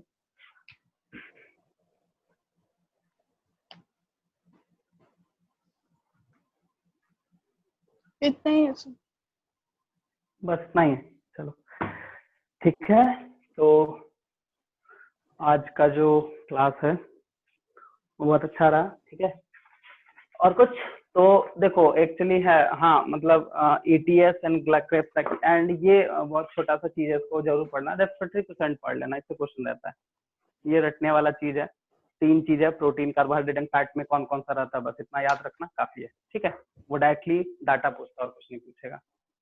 ठीक है, रेस्पिरेटरी परसेंट बस. ठीक है, तो प्लांट ग्रोथ में क्या इंपॉर्टेंट है? प्लांट ग्रोथ में फोटोपिडियम से क्वेश्चन पूछा, और पीजीआर को जितने अच्छे से कर लो. और हाँ मतलब पीजीआर को पहले सबसे पहले नोट्स बनाओ, उसको पॉइंट वाइज लिखो, सिंथेटिक, सेमी सिंथेटिक, नेचुरल, कौन सा केमिकल, जैसे ऑक्सीजन में बहुत सारे एग्जांपल है, कौन सा सिंथेटिक है, कौन सा सेमी सिंथेटिक है, कौन सा नेचुरल है वो, और उसका फंक्शन, तो उसको पॉइंट वाइज लिख लो, वो बहुत ज्यादा हेल्प करेगा. और क्वेश्चन बनाओ, क्योंकि कुछ क्वेश्चन है जो कंफ्यूजन हो रहा है, वो क्वेश्चन बनाने से ही आइडिया होगा कि हाँ इस तरह से क्वेश्चन पूछा तो इस तरह से आंसर करना है, ये चीज है, तो वो चीज करना होगा. पीजीआर और फोटोपिडियम से क्वेश्चन पूछा है, और क्वेश्चन ज्यादा नहीं है. ठीक है, प्रीवियस 6-7 साल तक में तो अभी तक में पीजीआर ही सबसे ज्यादा दिया है, और फोटोपिडियम से क्वेश्चन रहता है. अगर पूछेगा तो ये दोनों टॉपिक हिट टॉपिक है, बाकी इसके अलावा तो पढ़ना तो सब है ही, लेकिन मैक्सिमम नंबर ऑफ क्वेश्चन जो पूछता है, अगर पूछना है तो पीजीआर और फोटोपिरियडिज्म बस. और फोटोपिरियडिज्म में बहुत ज्यादा कॉन्सेप्ट तुमको नहीं लगाना है, बस उसमें जो है कि एक्सपोजर ऑफ सनलाइट में क्या होता है, कैसे होता है, उस तरह का बस कर लो, काफी है. उसमें बहुत ज्यादा कॉन्सेप्चुअल नहीं है. तो एनसीईआरटी में एब्सिसिक एसिड का लास्ट लाइन समझा दीजिए ना. अच्छा ठीक है, समझा देते हैं. एनसीईआरटी में पीजीआर का abscisic acid last line. Yes, sir. These could be individualistic or synergistic. कौन सा क्वेश्चन, कौन सा लाइन बोल रहे हो? एब्सिसिक एसिड का लास्ट लाइन. एब्सिसिक एसिड का लास्ट लाइन तो तुम्हारा मतलब 250 पेज का लास्ट लाइन. 250, अच्छा वही तो. Such role, अच्छा ये we may summarize that for any and every phase of growth, differentiation and development of plant, one of the other PGR have some role to play. Such role could be complementary or antagonistic. हाँ तो क्या हो गया, देखो antagonistic ठीक है sir, हाँ वो समझ गया सर. उसके बाद वाला इंडिविजुअलिस्टिक और हाँ, तो ऑब्वियसली बात है कि इसमें देखो पीजीआर का क्या क्या है. पीजीआर का एक ही चीज होता है, चाहे वो प्रमोटर हो या इनहिबिटर हो, वो कोई स्पेसिफिक फंक्शन को मेंटेन कर रहा है ना, क्योंकि जब तक हार्मोन नहीं आएगा तब तक वो काम नहीं करेगा. इसीलिए वो स्पेसिफिक एंड इंडिविजुअलिटी लिखा है. एक पर्टिकुलर टाइप का फंक्शन को पर्टिकुलर टाइप का ही मेंटेन कर सकता है, यही चीज है. ठीक है, और कुछ नहीं है. ठीक है, इंडिविजुअल और सिनर्जेटिक. ठीक है, चलो और कुछ. फिर ठीक है, नेक्स्ट क्लास हम लोग फिजियोलॉजी स्टार्ट करते हैं, तो 2 चैप्टर का स्टार्ट करेंगे. तो 2 चैप्टर में हम लोग शायद पहले कुछ किए थे ना, चलो डाइजेशन एंड एब्जॉर्प्शन मतलब फिजियोलॉजी पूरा करेंगे, क्योंकि इसमें तुम्हारा ओवरऑल 20% क्वेश्चन यहीं से रहता है। मतलब 90 क्वेश्चन में 18 क्वेश्चन फिजियोलॉजी से रहेगा, यहीं रहेगा। 7 चैप्टर है, हम लोग आराम से पढ़ सकते हैं। हर एक चैप्टर से 2 से 3 क्वेश्चन आएगा ही आएगा, इम्पोर्टेंट भी है। और फिजियोलॉजी में कॉन्सेप्चुअल होना होगा और थोड़ा सा एक्स्ट्रा पढ़ना होगा एनसीईआरटी के अलावा, तभी क्वेश्चन बनेगा, ठीक है। और हम इस चैप्टर से प्रीवियस ईयर का क्वेश्चन हम जरूर बनवा देंगे। आई मीन बनवा देंगे तो ठीक है। दूसरा चीज है कि कहाँ कहाँ से आया है 6-7 साल में, वो क्वेश्चन भी ब्रीफ करेंगे, ठीक है। तो बनवाने का तो ठीक है, लेकिन ब्रीफिंग कर देंगे कि इस 6-7 साल का जो ईयर का क्वेश्चन निकाल के हम ब्रीफ कर देंगे कहाँ से क्वेश्चन कैसे पूछा है और उसका आंसर कैसे करना है। स्ट्रेट फॉरवर्ड क्वेश्चन तो कुछ कुछ ही होगा, थोड़ा सा लैंग्वेज ट्विस्टिंग वगैरह क्वेश्चन वाला हम लोग जरूर करेंगे, ठीक है। तो इसको पढ़ते हैं, स्टार्ट करते हैं। आई मीन नेक्स्ट फिर, ठीक है। तो डाइजेशन एंड एब्जॉर्प्शन देखते हैं, 2 से 3 चैप्टर हो जाए। 2 चैप्टर को रखते हैं, ठीक है, क्योंकि इसमें डिस्कशन के लिए बहुत कुछ है। और अगर इसमें कुछ मैकेनिज्म वगैरह का जरूरत पड़ा तो रिवाइज करवा देंगे, ठीक है। और बाकी ब्रीफिंग तो होगा ही होगा, ठीक है। ठीक है, फिर हम ये वाला क्वेश्चन को देखते हैं अभिषेक, हम उसके बाद फिर हम बताते हैं क्या है, ठीक है। ठीक है सर। ठीक है, ओके, ठीक है। फिर नेक्स्ट क्लास, ठीक।